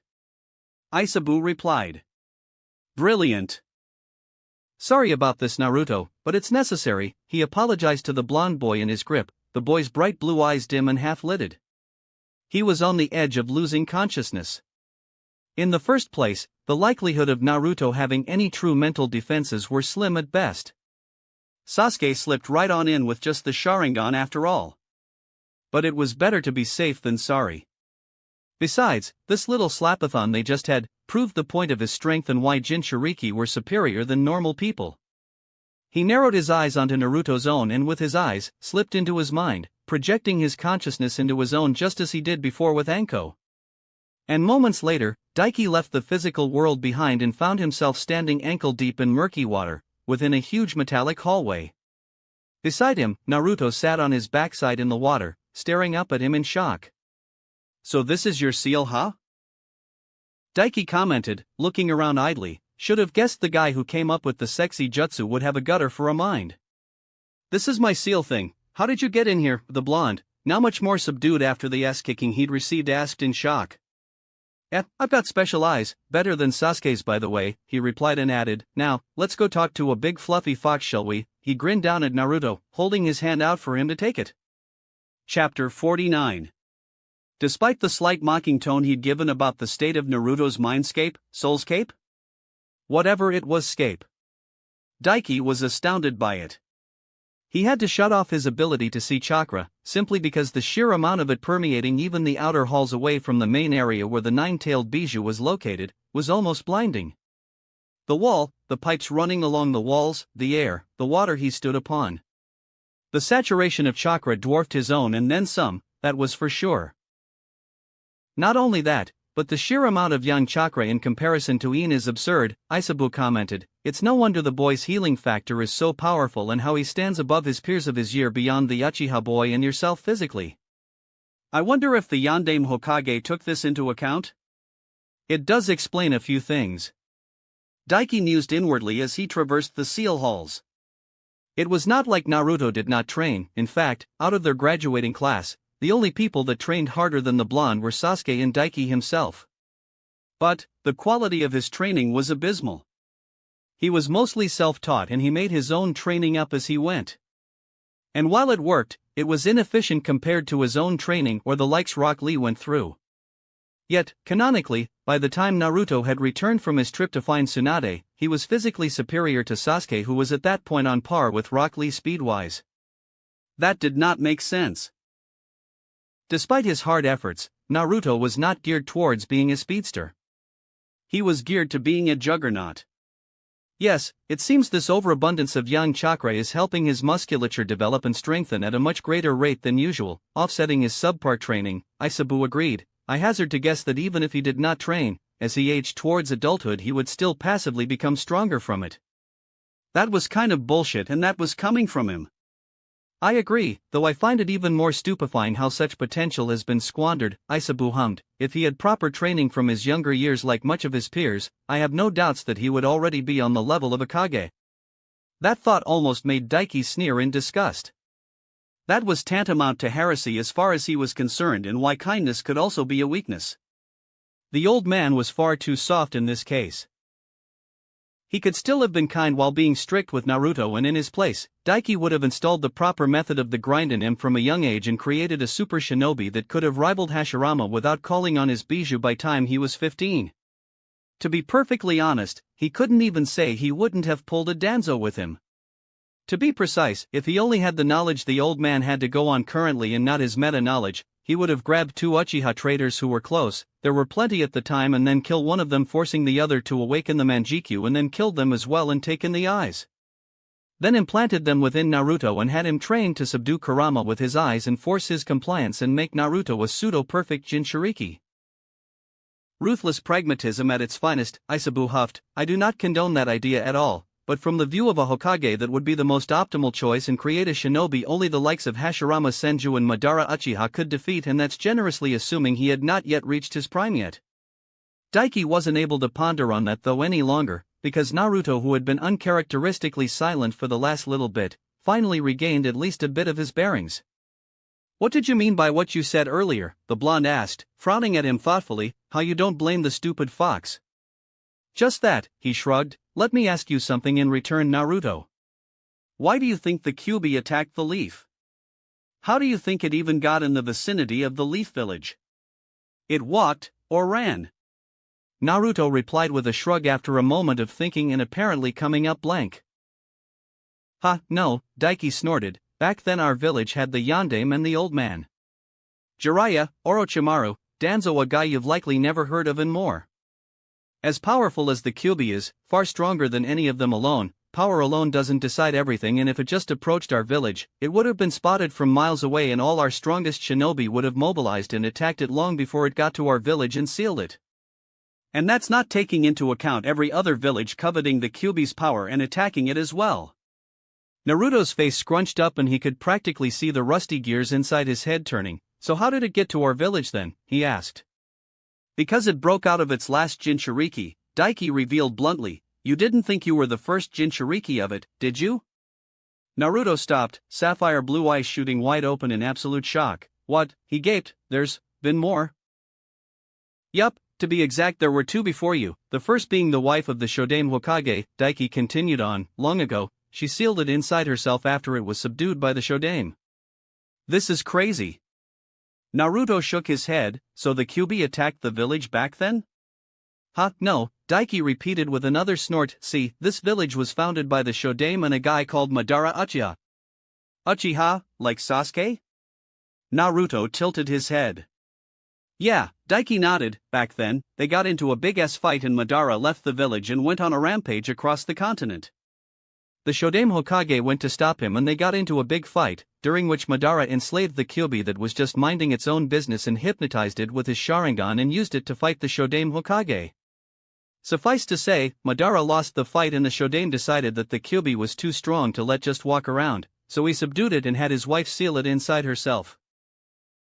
He then went and hunted down the other 8 bijou, beat the crap out of them and sealed them away as well, and then gifted them to the other villages for some hippie peace crap. Well, except the Ichibi, the one in that Gaara kid, the sand had already subdued that one themselves. Naruto gaped at him. What? No, wait, what? I don't understand, why do that? For peace apparently, Daiki shrugged. Like I said before, Jinchuriki like us are superior to normal ninja. We're basically, when trained right, super ninja. The Shodaime was so goddamn strong everyone was afraid of him, so we thought gifting them all the bijou to make their own super ninja to act as weapons would make them feel more secure, I think. Honestly, why he gave the bijou out was a mystery to him, even after seeing it with his own eyes. He understood he wanted peaceful coexistence, but he didn't understand why he gave the bijou out beyond him having them at the time. Did he hunt the other bijou because he thought they were too powerful to let roam, or because he wanted to use them as a gift? That part wasn't expanded on at all. Personally, I'm not his biggest fan, Isabu commented. I don't know what he was thinking. But I was just relaxing in a nice big lake, sleeping actually, when he came out of nowhere, dragged me out with that giant wood golem thing of his, beat me up, wrapped me up in giant wooden tendrils, and had his wife seal me, in a jar of all things. Yeah, that was the problem with hippies. They never saw anything beyond the vision in front of them. And they were always hypocrites in the end. He could appreciate Hashirama's vision and desires, but not his methods. Quite frankly, the man had no idea what he was doing. If he wanted peace, Daiki had better ideas. In his place, he would have had Madara enslave the other Kage with his eyes like he did Yagura or how Obito did, either or. He would have had them preach friendly relations with Konoha and run the propaganda for them. Which would have also placated Madara as well, at least partially. And if he personally believed the bijou were too powerful to let roam, he wouldn't have sealed them in breakable objects or people. He would have created large sealed spaces, other dimensions, which he knew Mito should have been capable of from his own understanding of sealing, and let them live out their lives there. It would still be imprisoning them, but it would be better than the cramped ways inside a person and used as a weapon. We would have still resented you for subjecting us to your will, but again, a much better plan, I do admit. Isabu mused. Frankly, if things played out that way, this entire continent would most likely have become Konoha, unified under a single banner, even if it would not be perfect. Daiki shrugged inwardly. He never thought it would be. Perfection did not exist after all. If it did, he would already be it. Sure. Isabu snorted. I still don't get it. If what you say is right, then the reason you don't blame the Kyuubi is dash. Naruto rambled. 'Cause I'd do the exact same thing if I was just enslaved, imprisoned, and used as a goddamn weapon just for existing. Daiki cut him off, then smirked. In fact, the Kyuubi is kinder than me, 'cause in its place, I would have just aimed down with my strongest attack and blown up the entire village, and I'll tell you this, the Kyuubi is well capable of creating an attack like that within 10 or so seconds at most, if that. Honestly, he was lowballing Kurama's ability there. He could probably do it in 3. 2. Isabu helpfully added. Naruto's expression twisted into something, crushed. That was the only way he could describe it. He looked like Daiki had just stolen his crush and fucked her 6 ways to Sunday, then dropped her pleasure-broken self at his feet covered and filled with cum. Pleasant. Isabu helpfully added once more. Daiki shrugged. It painted a vivid imagery at least. Of course. Daiki continued, this doesn't really help you all that much, Naruto. The Kyuubi fucking hates us, and if it ever does get out of you, it'll probably massacre most of Konoha in retribution, so good luck with that, he added. Because that needed to be said. Naruto could sympathize with Kurama all he wanted, but he had to understand that Kurama hated them all for a very viable and understandable reason. And unless Naruto punched him with the power of friendship and became buddy-buddy with him, Kurama would sooner Bijudama them than help them. Then why are we going to meet the fox, he asked, eyes lost. 'Cause I want to see what the big bad Kyuubi is like up close and personal and get a feel for its strength, Daiki lied with a shrug, even if it's only at half strength 'cause of the yandame. Wait, what? Oh, did you not know that? Daiki raised his eyebrows at the blonde. 'Cause you were just a baby. It seems the yandame wasn't sure you could contain the full power of the Kyuubi, so he used a forbidden jutsu called the Reaper Death Seal that sealed away half of the Kyuubi's strength inside his own body at the cost of his life. That was it, at only half. Naruto's eyes flew wide open and he sputtered. Naruto. A deep voice echoed ominously throughout the mindscape as they entered the main area of the seal. Your patheticness knows no bounds. The Jinchuriki of me, the mighty 9 tails being manhandled by a mere 3 tails Jinchuriki, shameful. A massive gigantic gate loomed at the other side of the huge, dreary room. And within it, a tantic orange-furred fox with blazing, malice-filled eyes glared out in contempt. Yet made no move to stand up as they approached. The Kyuubi lay there, head atop its paws, and saw no need to rise up to greet them. Kurama's position alone indicated how far below him he believed they were. Yes, that would be right. While we have no genders physically, our personalities reflect them in a way. I would say only Matatabi leans towards being female out of us 9. Isabu agreed. Kurama's words at least seemed to snap Naruto out of his funk. "Ah, shut up you stupid fox," the blonde shouted. "I was using your power, which I didn't ask for by the way, and I still lost. It wasn't just me, we both got our butts kicked." "Kh, that's just because of how pathetic you are at using not only your own strength but mine," Kurama scoffed. "If it were me, I would have crushed them." "Big talk for a dumb fox stuck in a cage," Naruto snapped back. "Your pathetic retorts show just how little you know, disgraceful," Kurama sniffed in disdain, then those blazing crimson red eyes settled on Daiki. "Now why did you come, boy?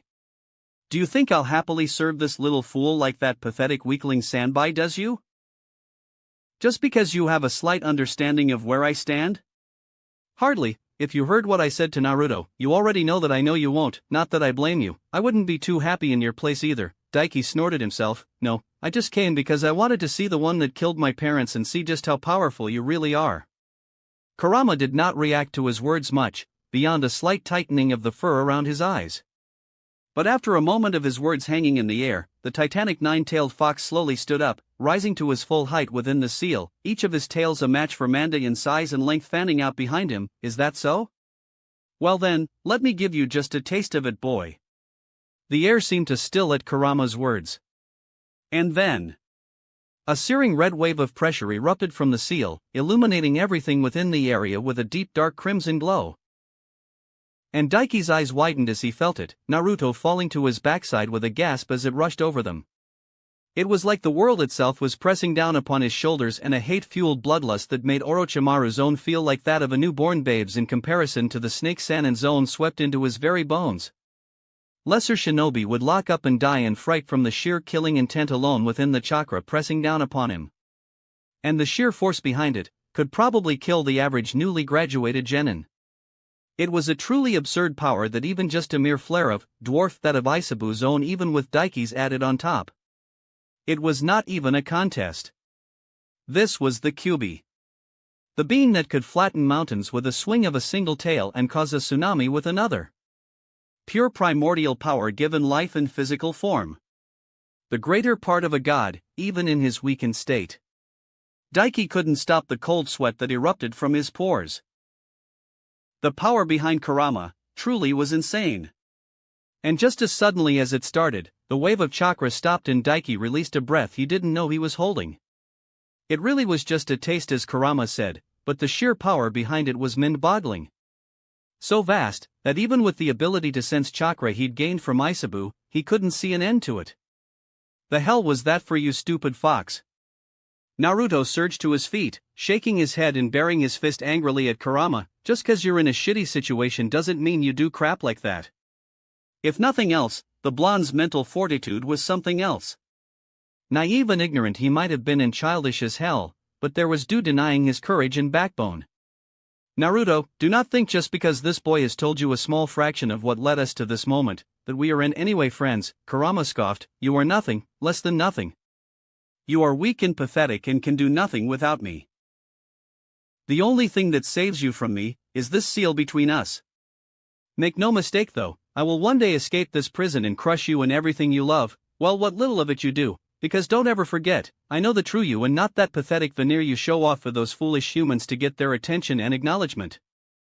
Naruto growled, "Bastard fox, and here I was beginning to sympathize with you a bit," he bit out. "I'm not gonna let that happen. I'm gonna be the Hokage that surpasses all the other Hokage, and since you couldn't beat the Yondaime, no way you'll beat me. Try beating the one beside you first, he's the next Hokage after all." I sensed no lies in his words. Kurama mocked the blonde. "It's a good thing he is not my Jinchuriki or I'd have a very hard time getting out. Thankfully I got you, a weakling." Naruto visibly grimaced and grit his teeth, but for once didn't shout back. Probably because he didn't know what to say though more than anything else. Not that he blamed him, he just had his dream mocked and rubbed in his face, by the very being that caused him all the pain he'd suffered in his life. At least as far as he knew. "Boy," Kurama then turned his attention to Daiki once more, "I will not apologize for your parents, because I am not sorry. You should feel proud though, that the being they fell to was me, the mightiest and strongest of all.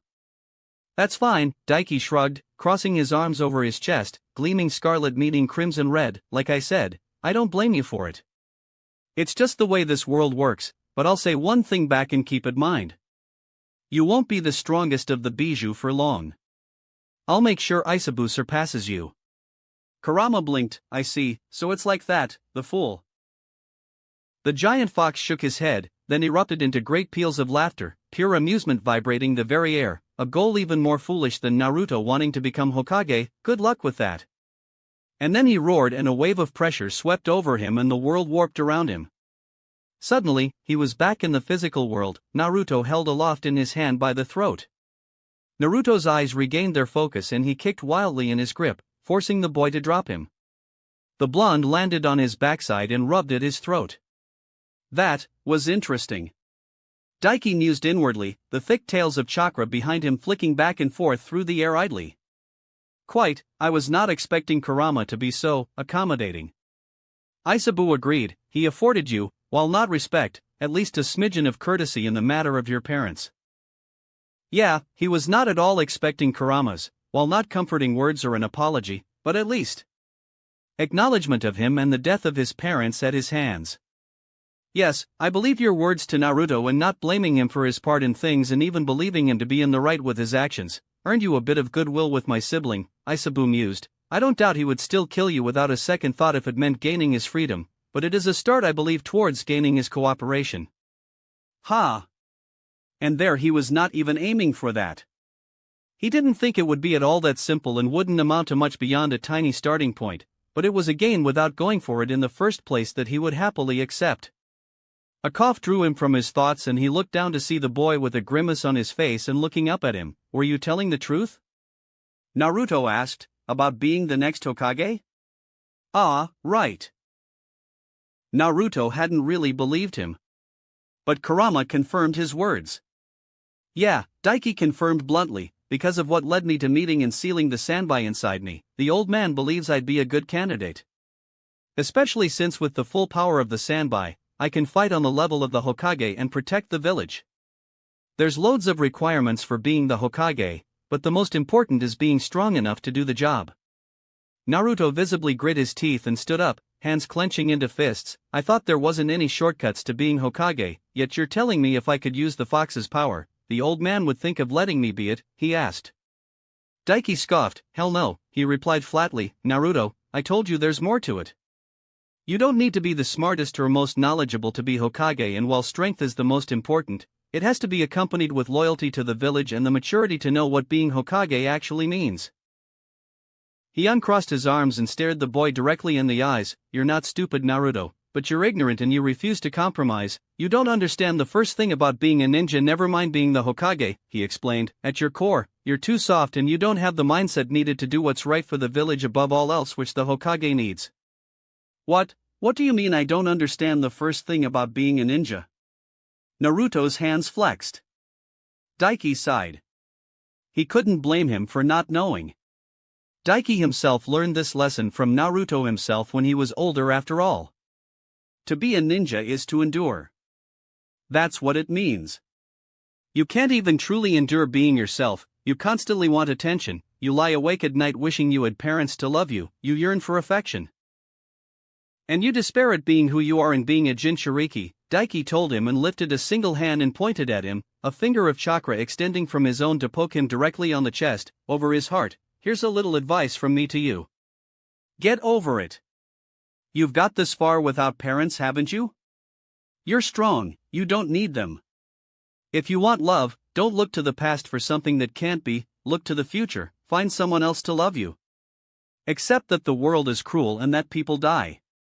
You can rage and cry about it, but then you have to move on.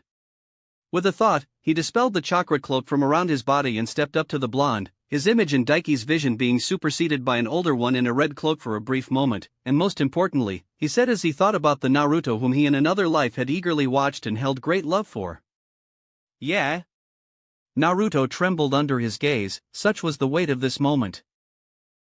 Be proud of who you are. There's nothing wrong with being a Jinchuriki, even if you put aside what I told you earlier. Without you, nobody could hold back the Kyuubi and it would have destroyed the Leaf Village. You protected this village, so hold your head high. Daiki smirked. wear it like a crown, something you alone accomplished that nobody else did, and it can't be used to hurt you. And always remember who you are.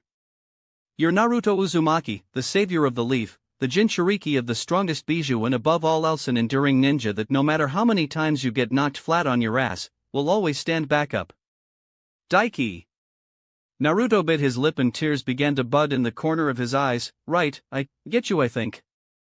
Daiki clapped him on the shoulder and turned away, walking a few steps forward and reaching within himself once more. A familiar bubbling red cloak of chakra with 3 tails sprung into existence around him instantly. Now that we've got the heavy emotional crap out of the way, let's get down to business. Daiki looked over his shoulder with a smirk. Bring out the Kyuubi's chakra, draw on it till you can form at least 1 tail. I'm going to teach you how to use it properly. Oh, and use your sexy jutsu while you're at it. Eh? Naruto blinked at his words, the heavy emotion and tears in his gaze disappearing through the power of sheer confusion. Chapter 50. Again. Naruto, or rather, Naruko at the moment growled as she punched out her fist, launching a massive claw of chakra over 20 feet in size through the air, smashing through a boulder and pulverizing it to dust. Again. Daiki ordered. Fine, she growled as she reeled back in the chakra arm and then thrust out her other hand and launched another one that tore through a series of trees. Honestly, the area they were training in after an hour had passed looked like a war zone. Currently, Daiki was having the blonde run through some basic drills with using the one-tailed cloak she had managed to form around herself with only a little bit of complaint at the fox inside her. Kurama, it seemed, was feeling a little bit more generous at the moment and let her pull on the one-tailed cloak without too much of a fuss. Though Daiki was betting that was more because his pride was hurt with how easily Daiki had slapped his Jinchuriki around earlier. Others' pride was so useful to use to his benefit sometimes. Naruko snapped the chakra arm back a moment later and turned around to glare at him, crimson red eyes having replaced sapphire blue. Why do I gotta keep doing this? It's easy, I can already do it, she growled at him, before crossing her arms under her large, shapen bodaciously naked bust. And you still haven't answered why I have to train in my sexy jutsu, you damn pervert. Because I candy. He thought with a snort, idly glancing over the nude blonde. Taking in her slim stomach, full thighs, flared hips leading into a gorgeous backside, lusciously thick thighs and absolutely massive tits that might even have surpassed Anko's, because you're pretty good at using this technique on the fly and holding it alongside the chakra cloak, will make it much easier for you to use jutsu on the fly, he explained, which was true. He could have had him transform into anything or really use any other jutsu, and I'm making you repeat it over and over because it's annoying you. And you need to learn how to suppress the anger that's seeping into you from the Kyuubi's chakra. The agitation in the busty blonde was plain to see and in stark contrast to Daiki himself, who was casually sitting atop a rock behind where the blonde was training, head propped on his fist and his chakra cloak peaceful swaying around him. Naruko's eyes twitched. That doesn't mean I need to use my sexy jutsu, I could have transformed into anybody else, she huffed. You're just a perv, Daiki, you already admitted to having the hots for my sexy jutsu back during the prelims, remember? Oh, right. He had, hadn't he? You did. Isabu snorted in amusement. Daiki shrugged. You caught me, he admitted, but since I'm spending my time training you and not doing my own training, I should at least get something nice to look at. Man, it really is too bad you weren't born a girl. I knew it. Naruko crowed. You're just a little pervert like Arosenin. Hell no, I'm not some little pervert. Daiki scoffed. That title belonged to someone like Ebisu. Oh yeah? Naruto challenged and spread her arms, letting her huge bare breasts bounce deliciously in front of him and draw his eyes to her cherry-pink little nipples. Then what are you? I'm a Giga Chad pervert, he replied proudly. I can't believe you're the next Hokage. Naruko slumped her head in defeat. The world isn't fair at all. I mean, can you really complain? Daiki pointed out with a snort, you're getting private training from the next Hokage himself, just because you're an utter babe in this form. It's just a transformation, I'm a guy. Naruko rolled her yes, you're leering at another guy right now. Not right now, I'm not, right now you're a chick, he denied. Honestly, it's doing its intended purpose anyway. Didn't you make this technique to take advantage of perverts like you claim I am? Why not take advantage of me more for your own benefit? Well yeah, but not like this, Naruko shrugged. I don't even get why you're so at ease with it. In return, Daiki shrugged, just taking in what might have been. He replied, "You're kind of annoying normally, but if you were born a girl and looked like this naturally, I'd have already seduced you." Now, Naruto not being actually real? That was the world not being fair. Oh, screw you. Naruto rolled her eyes. Interesting, he had distracted her enough she was more indignant than agitated and angry. As expected, she was pretty well equipped to handling Kurama's chakra. The problem with what he noted originally was that Jiraiya jumped ahead too quickly with her training. Instead of having him master the lower stages, he just loosened the seal and jumped to the higher stages. If only. Daiki smirked at her. Naruto's currently red eyes opened wide and her cheeks flushed. "Not like that, you pervert," she screamed and punched out at him, a massive red chakra claw shooting out towards him. Only to get torn apart as a tail swept down over his head and tore it apart, while Daiki slipped off the rock he was sitting on to stand on his feet. Calm down, Naruto, it was just a joke. Stop calling me that." The blonde huffed, cheeks blazing so dark he could easily notice them through the bubbling cloak of chakra around her body. "Nah, I'm not calling you Naruto while you're like this," Daiki laughed, "but how about I make it up to you? And teach you a jutsu?"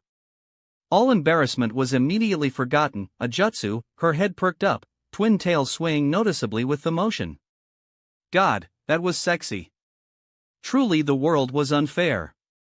"Yeah, I've got a good one in mind for you." Daiki stepped forward. "I'm pretty sure you've got an affinity for the wind element, so I'll teach you the wind style, drilling air bullet." One of her biggest problems in the other timeline was her sheer lack of long-range techniques. That would go a long way, with more control over the chakra cloak to dealing with that. Affinity? Naruto's head tilted to the side, confused. And he lost her. "Don't worry about it," he walked past her, spanking her on the ass as he did, making the currently naked bodacious blonde yelp in shock. "Let me just show you the jutsu real quick." "Did you just freaking spank me, you perv?" Naruto gaped at him and he swerved to the side to avoid another chakra claw aimed at his back. Why yes he did. Hours later, when the sun hung low in the horizon and the sky turned a dusky red, Daiki found himself standing in the Hokage's office. Two pairs of eyes giving him dry gazes. And had been doing so for the last minute. "Seriously, kid?" Jiraiya asked, voice deadpan. "Don't act like you wouldn't have asked them same, honestly I bet you already have." Daiki smirked at him knowingly, a smirk which widened when Jiraiya grimaced and looked away. "Besides, while I was doing it for the eye candy, I wasn't lying. Holding a technique while using his Jinchuriki powers will seriously help him in the long run and up his chakra control for sure." "Honestly, I do believe I should have seen this coming." Hiruzen shook his head. "Really, if I didn't already know of your parents, Daiki-kun, I would have assumed Jiraiya impregnated some poor girl and spawned you. As if he wishes he could spawn someone as awesome me." Daiki snorted. "Hey now sensei, that's a low blow. You know I've got a seal to make sure something like that doesn't happen." Jiraiya huffed. "Anyway, I'm still not sure that was the best way to go about it, kid. You were a bit too blunt and he's still not really mastered the summoning jutsu either, so giving him another jutsu to learn, an elemental one at that, is a bit iffy, I'm thinking. Learning more control of the Kyuubi's chakra will help with that, and so will the jutsu itself. The more he learns the better honestly, and it'll translate into his other jutsu skills while at it, or at least it does for me." Daiki shrugged. "But don't go doing something stupid like loosening his seal anytime soon. I've given him a bit of a reality check, but Naruto is still way too emotional to be able to filter it all out. Honestly, for the next 2 weeks up to the final round, you should have him using the one-tailed cloak form constantly and practicing with his jutsu. Just be careful though, cause he'll be liable to lashing out if you piss him off enough right now, and he should be tough enough with it to tear apart your average jonin." "Very well, you are more or less the only reputable master of the subject at hand.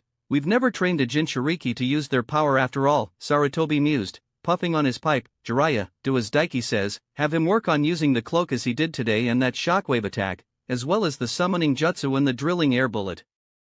Yeah, Jiraiya waved him off. "I gotcha sensei. Anyway, if that's all, I think I'll go keep an eye on the kid right now. I'm kinda leery of leaving him to himself right now while he's using that chakra." "That would be for the best," Sarutobi nodded. "Besides, I have things to talk about with Daiki in private anyway."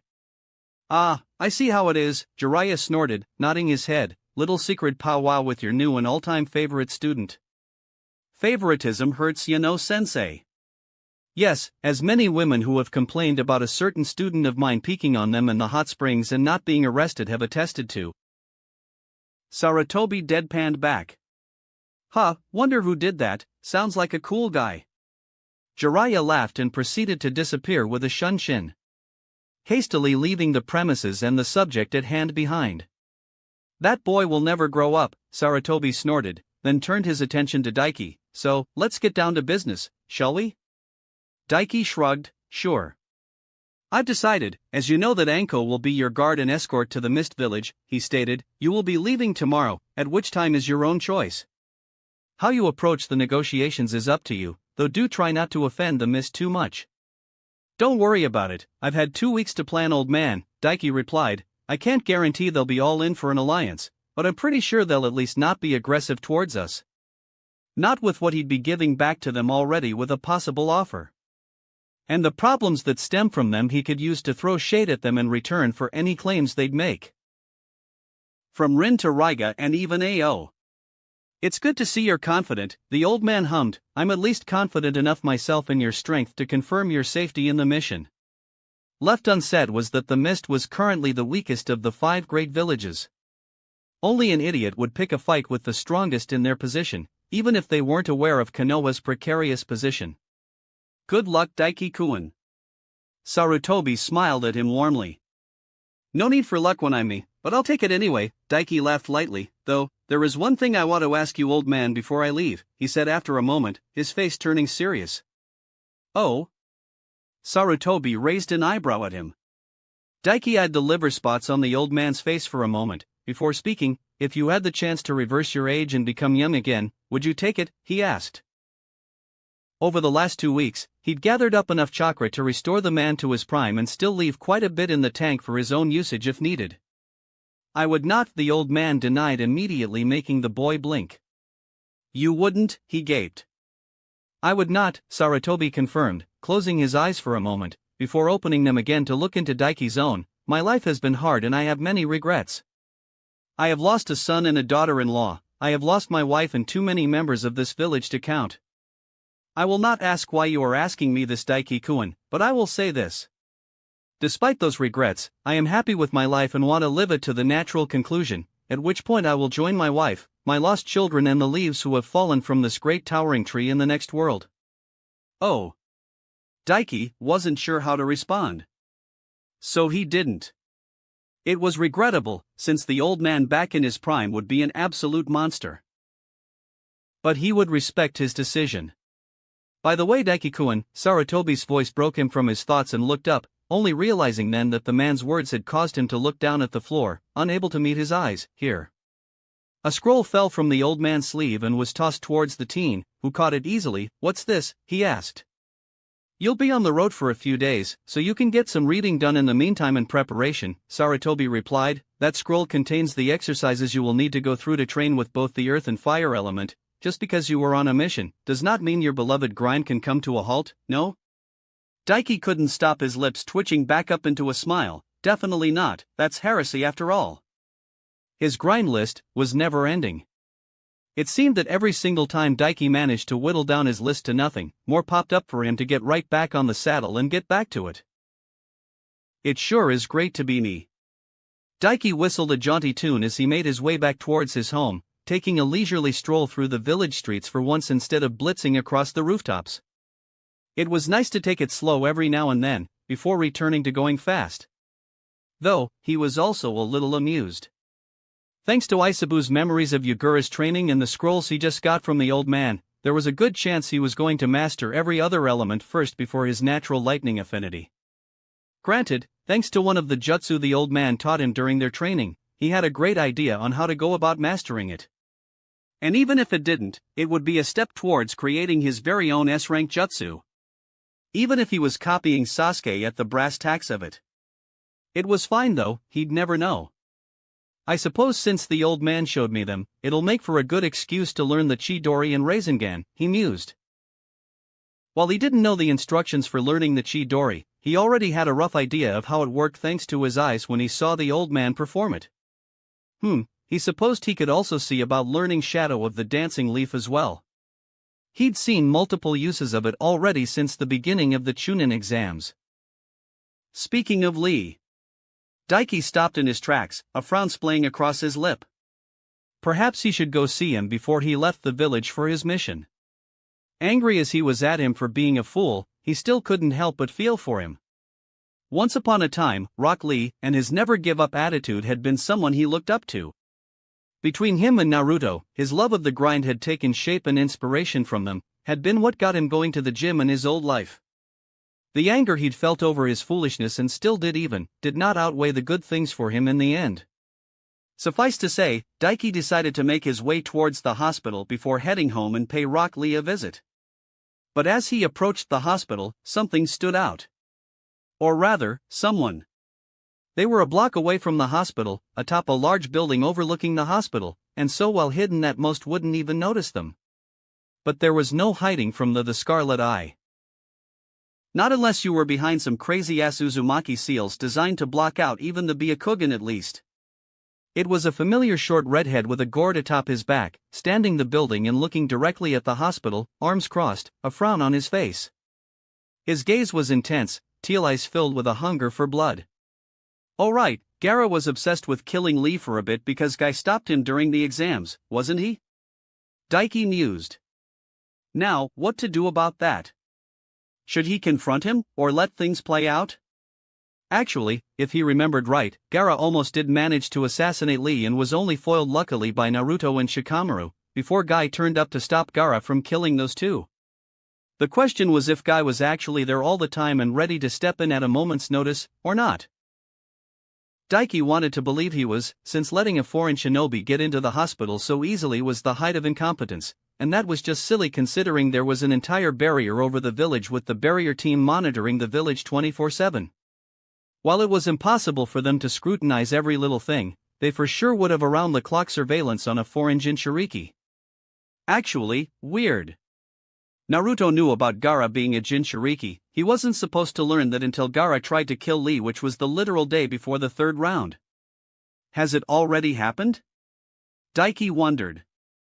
If it did though, why was Gaara still obsessing over Lee? Well, either way, letting things play out at this point wouldn't give him the same results, so he may as well confront the other Jinchuriki. Sighing in annoyance, Daiki hopped up onto the roofs and made his way over towards Gaara, not bothering to hide his presence.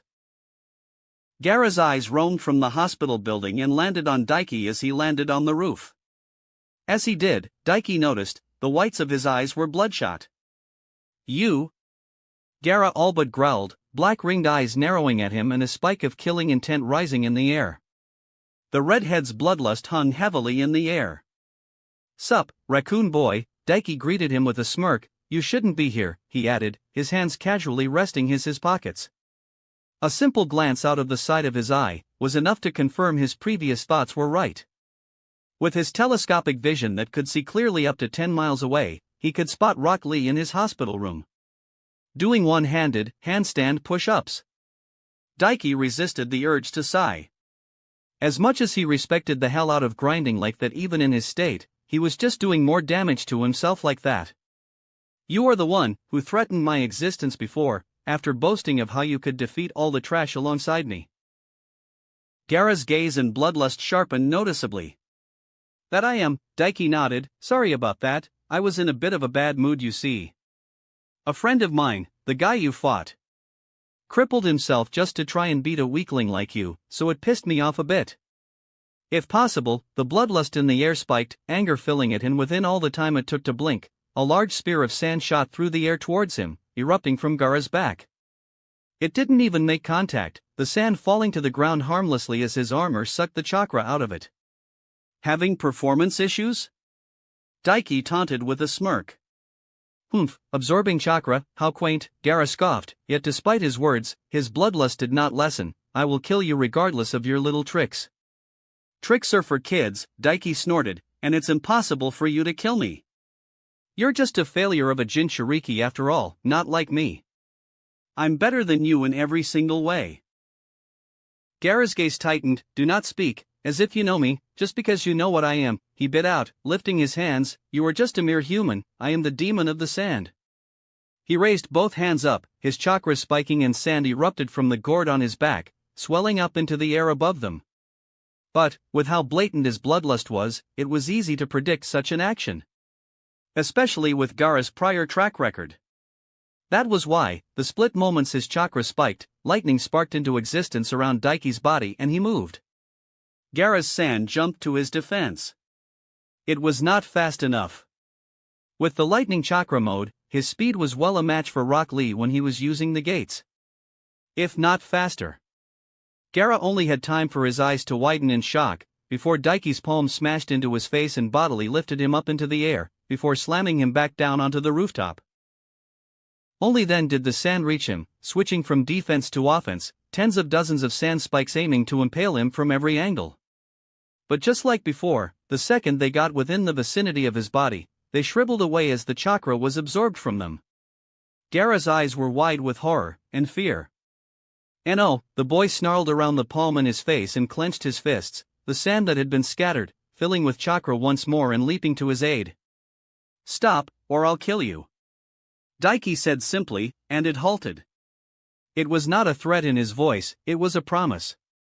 And Gaara froze. That was Gaara's biggest problem really.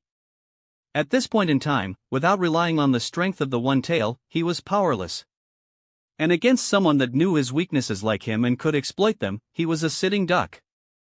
The turtle-shaped pauldron atop his shoulder had been specifically created to counter Gaara.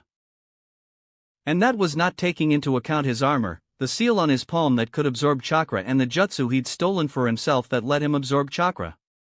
He literally had 4 different methods of absorbing chakra and rendering Gaara's greatest weapon in defense useless before him. Quite simply, Daiki was Gaara's worst possible matchup. And unless he unleashed Shikaku, there was nothing he could do against him. "Just as I told your sister, you really are a failure of a Jinchuriki," Daiki shook his head. "It's sad really, the second I invalidate your sand, you're literally nothing. Without your sand, your average genin could kick your ass around." "You?" Gaara trailed off, just staring up at him. I will not let you steal my existence."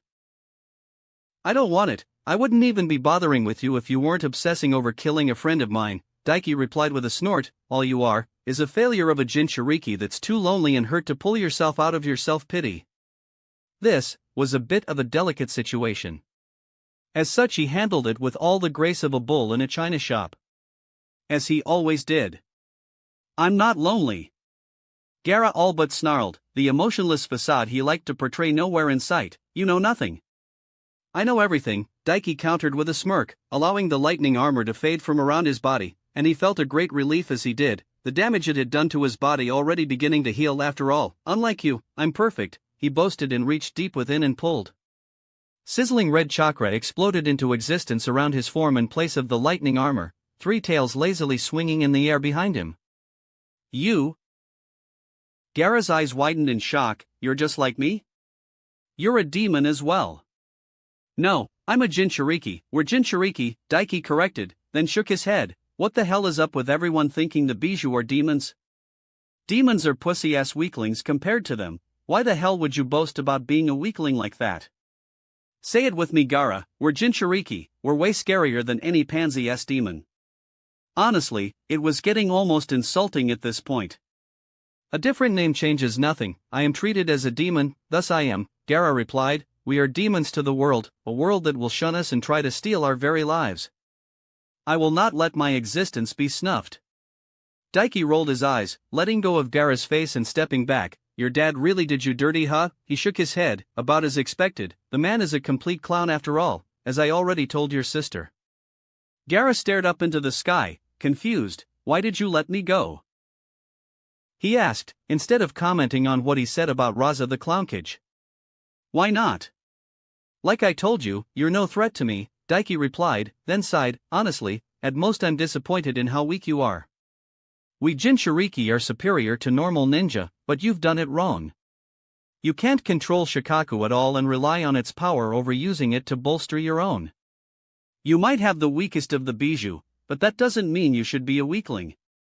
Gaara winced at his words, clutching at his head and grimaced noticeably.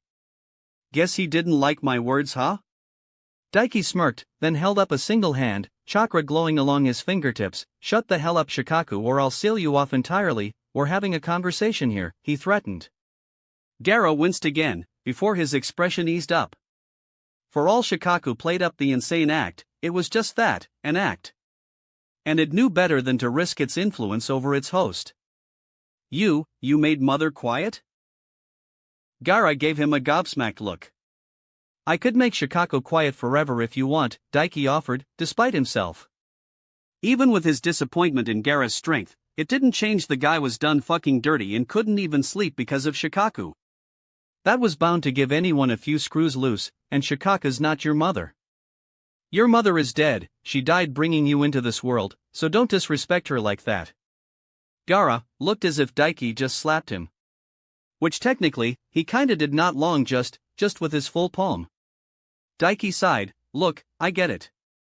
Your life sucks and has sucked for a long time.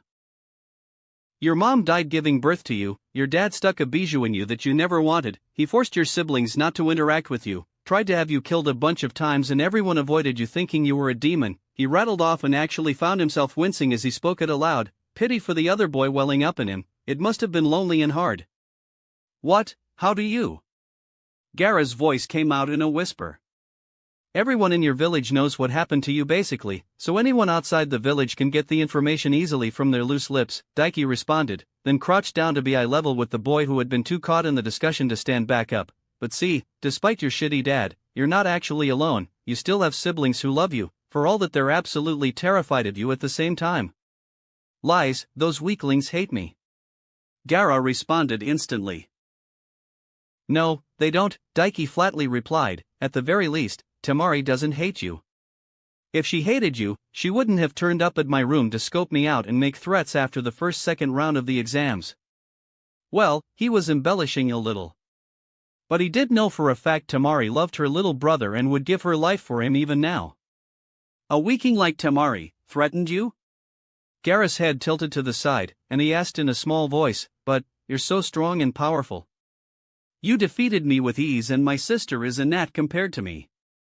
Like I said, just because she's scared of you because you always threaten to kill her, doesn't mean she doesn't love you," Daiki replied, and leaned forward, laying his hand on the boy's shoulder. "I mean, think back. Has there even been a time where your siblings treated you badly even before you went psycho-murderer? Or was it all your father forcing them?" Gaara looked away, unable to meet his eyes. "For what it's worth, there's nothing wrong with hating the people who made your life hell," Daiki said in consolation, "but blaming those who didn't is just doing the same thing others did to you. And you clearly don't like it. Honestly, while I can't understand things from your view, since I willingly became a Jinchuriki, I sympathize with you. And really, if you want to talk to someone about it, you should go find Naruto, because he was treated a lot like you growing up." "The blonde boy?" Gaara's non-existent eyebrows furrowed. "The one who said he has a demon, a bijou as well?" So that did happen." "Yup, and he's a whiny mess over it just like you," Daiki snorted. "I'll tell you the same thing I told him when I was teaching him how to use his power not long ago. Be proud of who and what you are. You should be. Being a Jinchuriki makes you inherently superior to normal ninja from the get-go. And if you are proud of it and wear like an armor, it can never be used to hurt you. Don't brandish it like a sword." Gaara did not reply, but a storm of emotion swirled in his teal eyes. "Go home, Gaara, spend some time with your siblings while you're away from your father, and for once in your life, make your own decisions." Daiki finished, standing back up. As he did, Gaara slowly did so as well. "I need to think," he said, before bringing his hands up into a single hand seal and disappearing in a swirl of sand. As he left, Daiki rubbed his head and sighed in annoyance. "What the hell am I? The Jinchuriki therapist," he groaned. He could only hope Gaara did take his words to heart. Because Naruto was far stronger than he was in the other timeline right now and could freely use the one-tailed cloak thanks to him. Gaara might just die if they fought this time around. And even if they didn't, Daiki wouldn't be able to pull his punches the next time around. Because he'd be slaughtering his way through every single invader that he saw during the invasion. That wraps up this part of What If Reborn in Naruto World. Thanks so much for listening. As always, new parts drop every 4 days, so be sure to stay tuned. If you enjoyed the video, don't forget to like, subscribe, share it with your friends, and please consider supporting the original author as well. See you in the next one.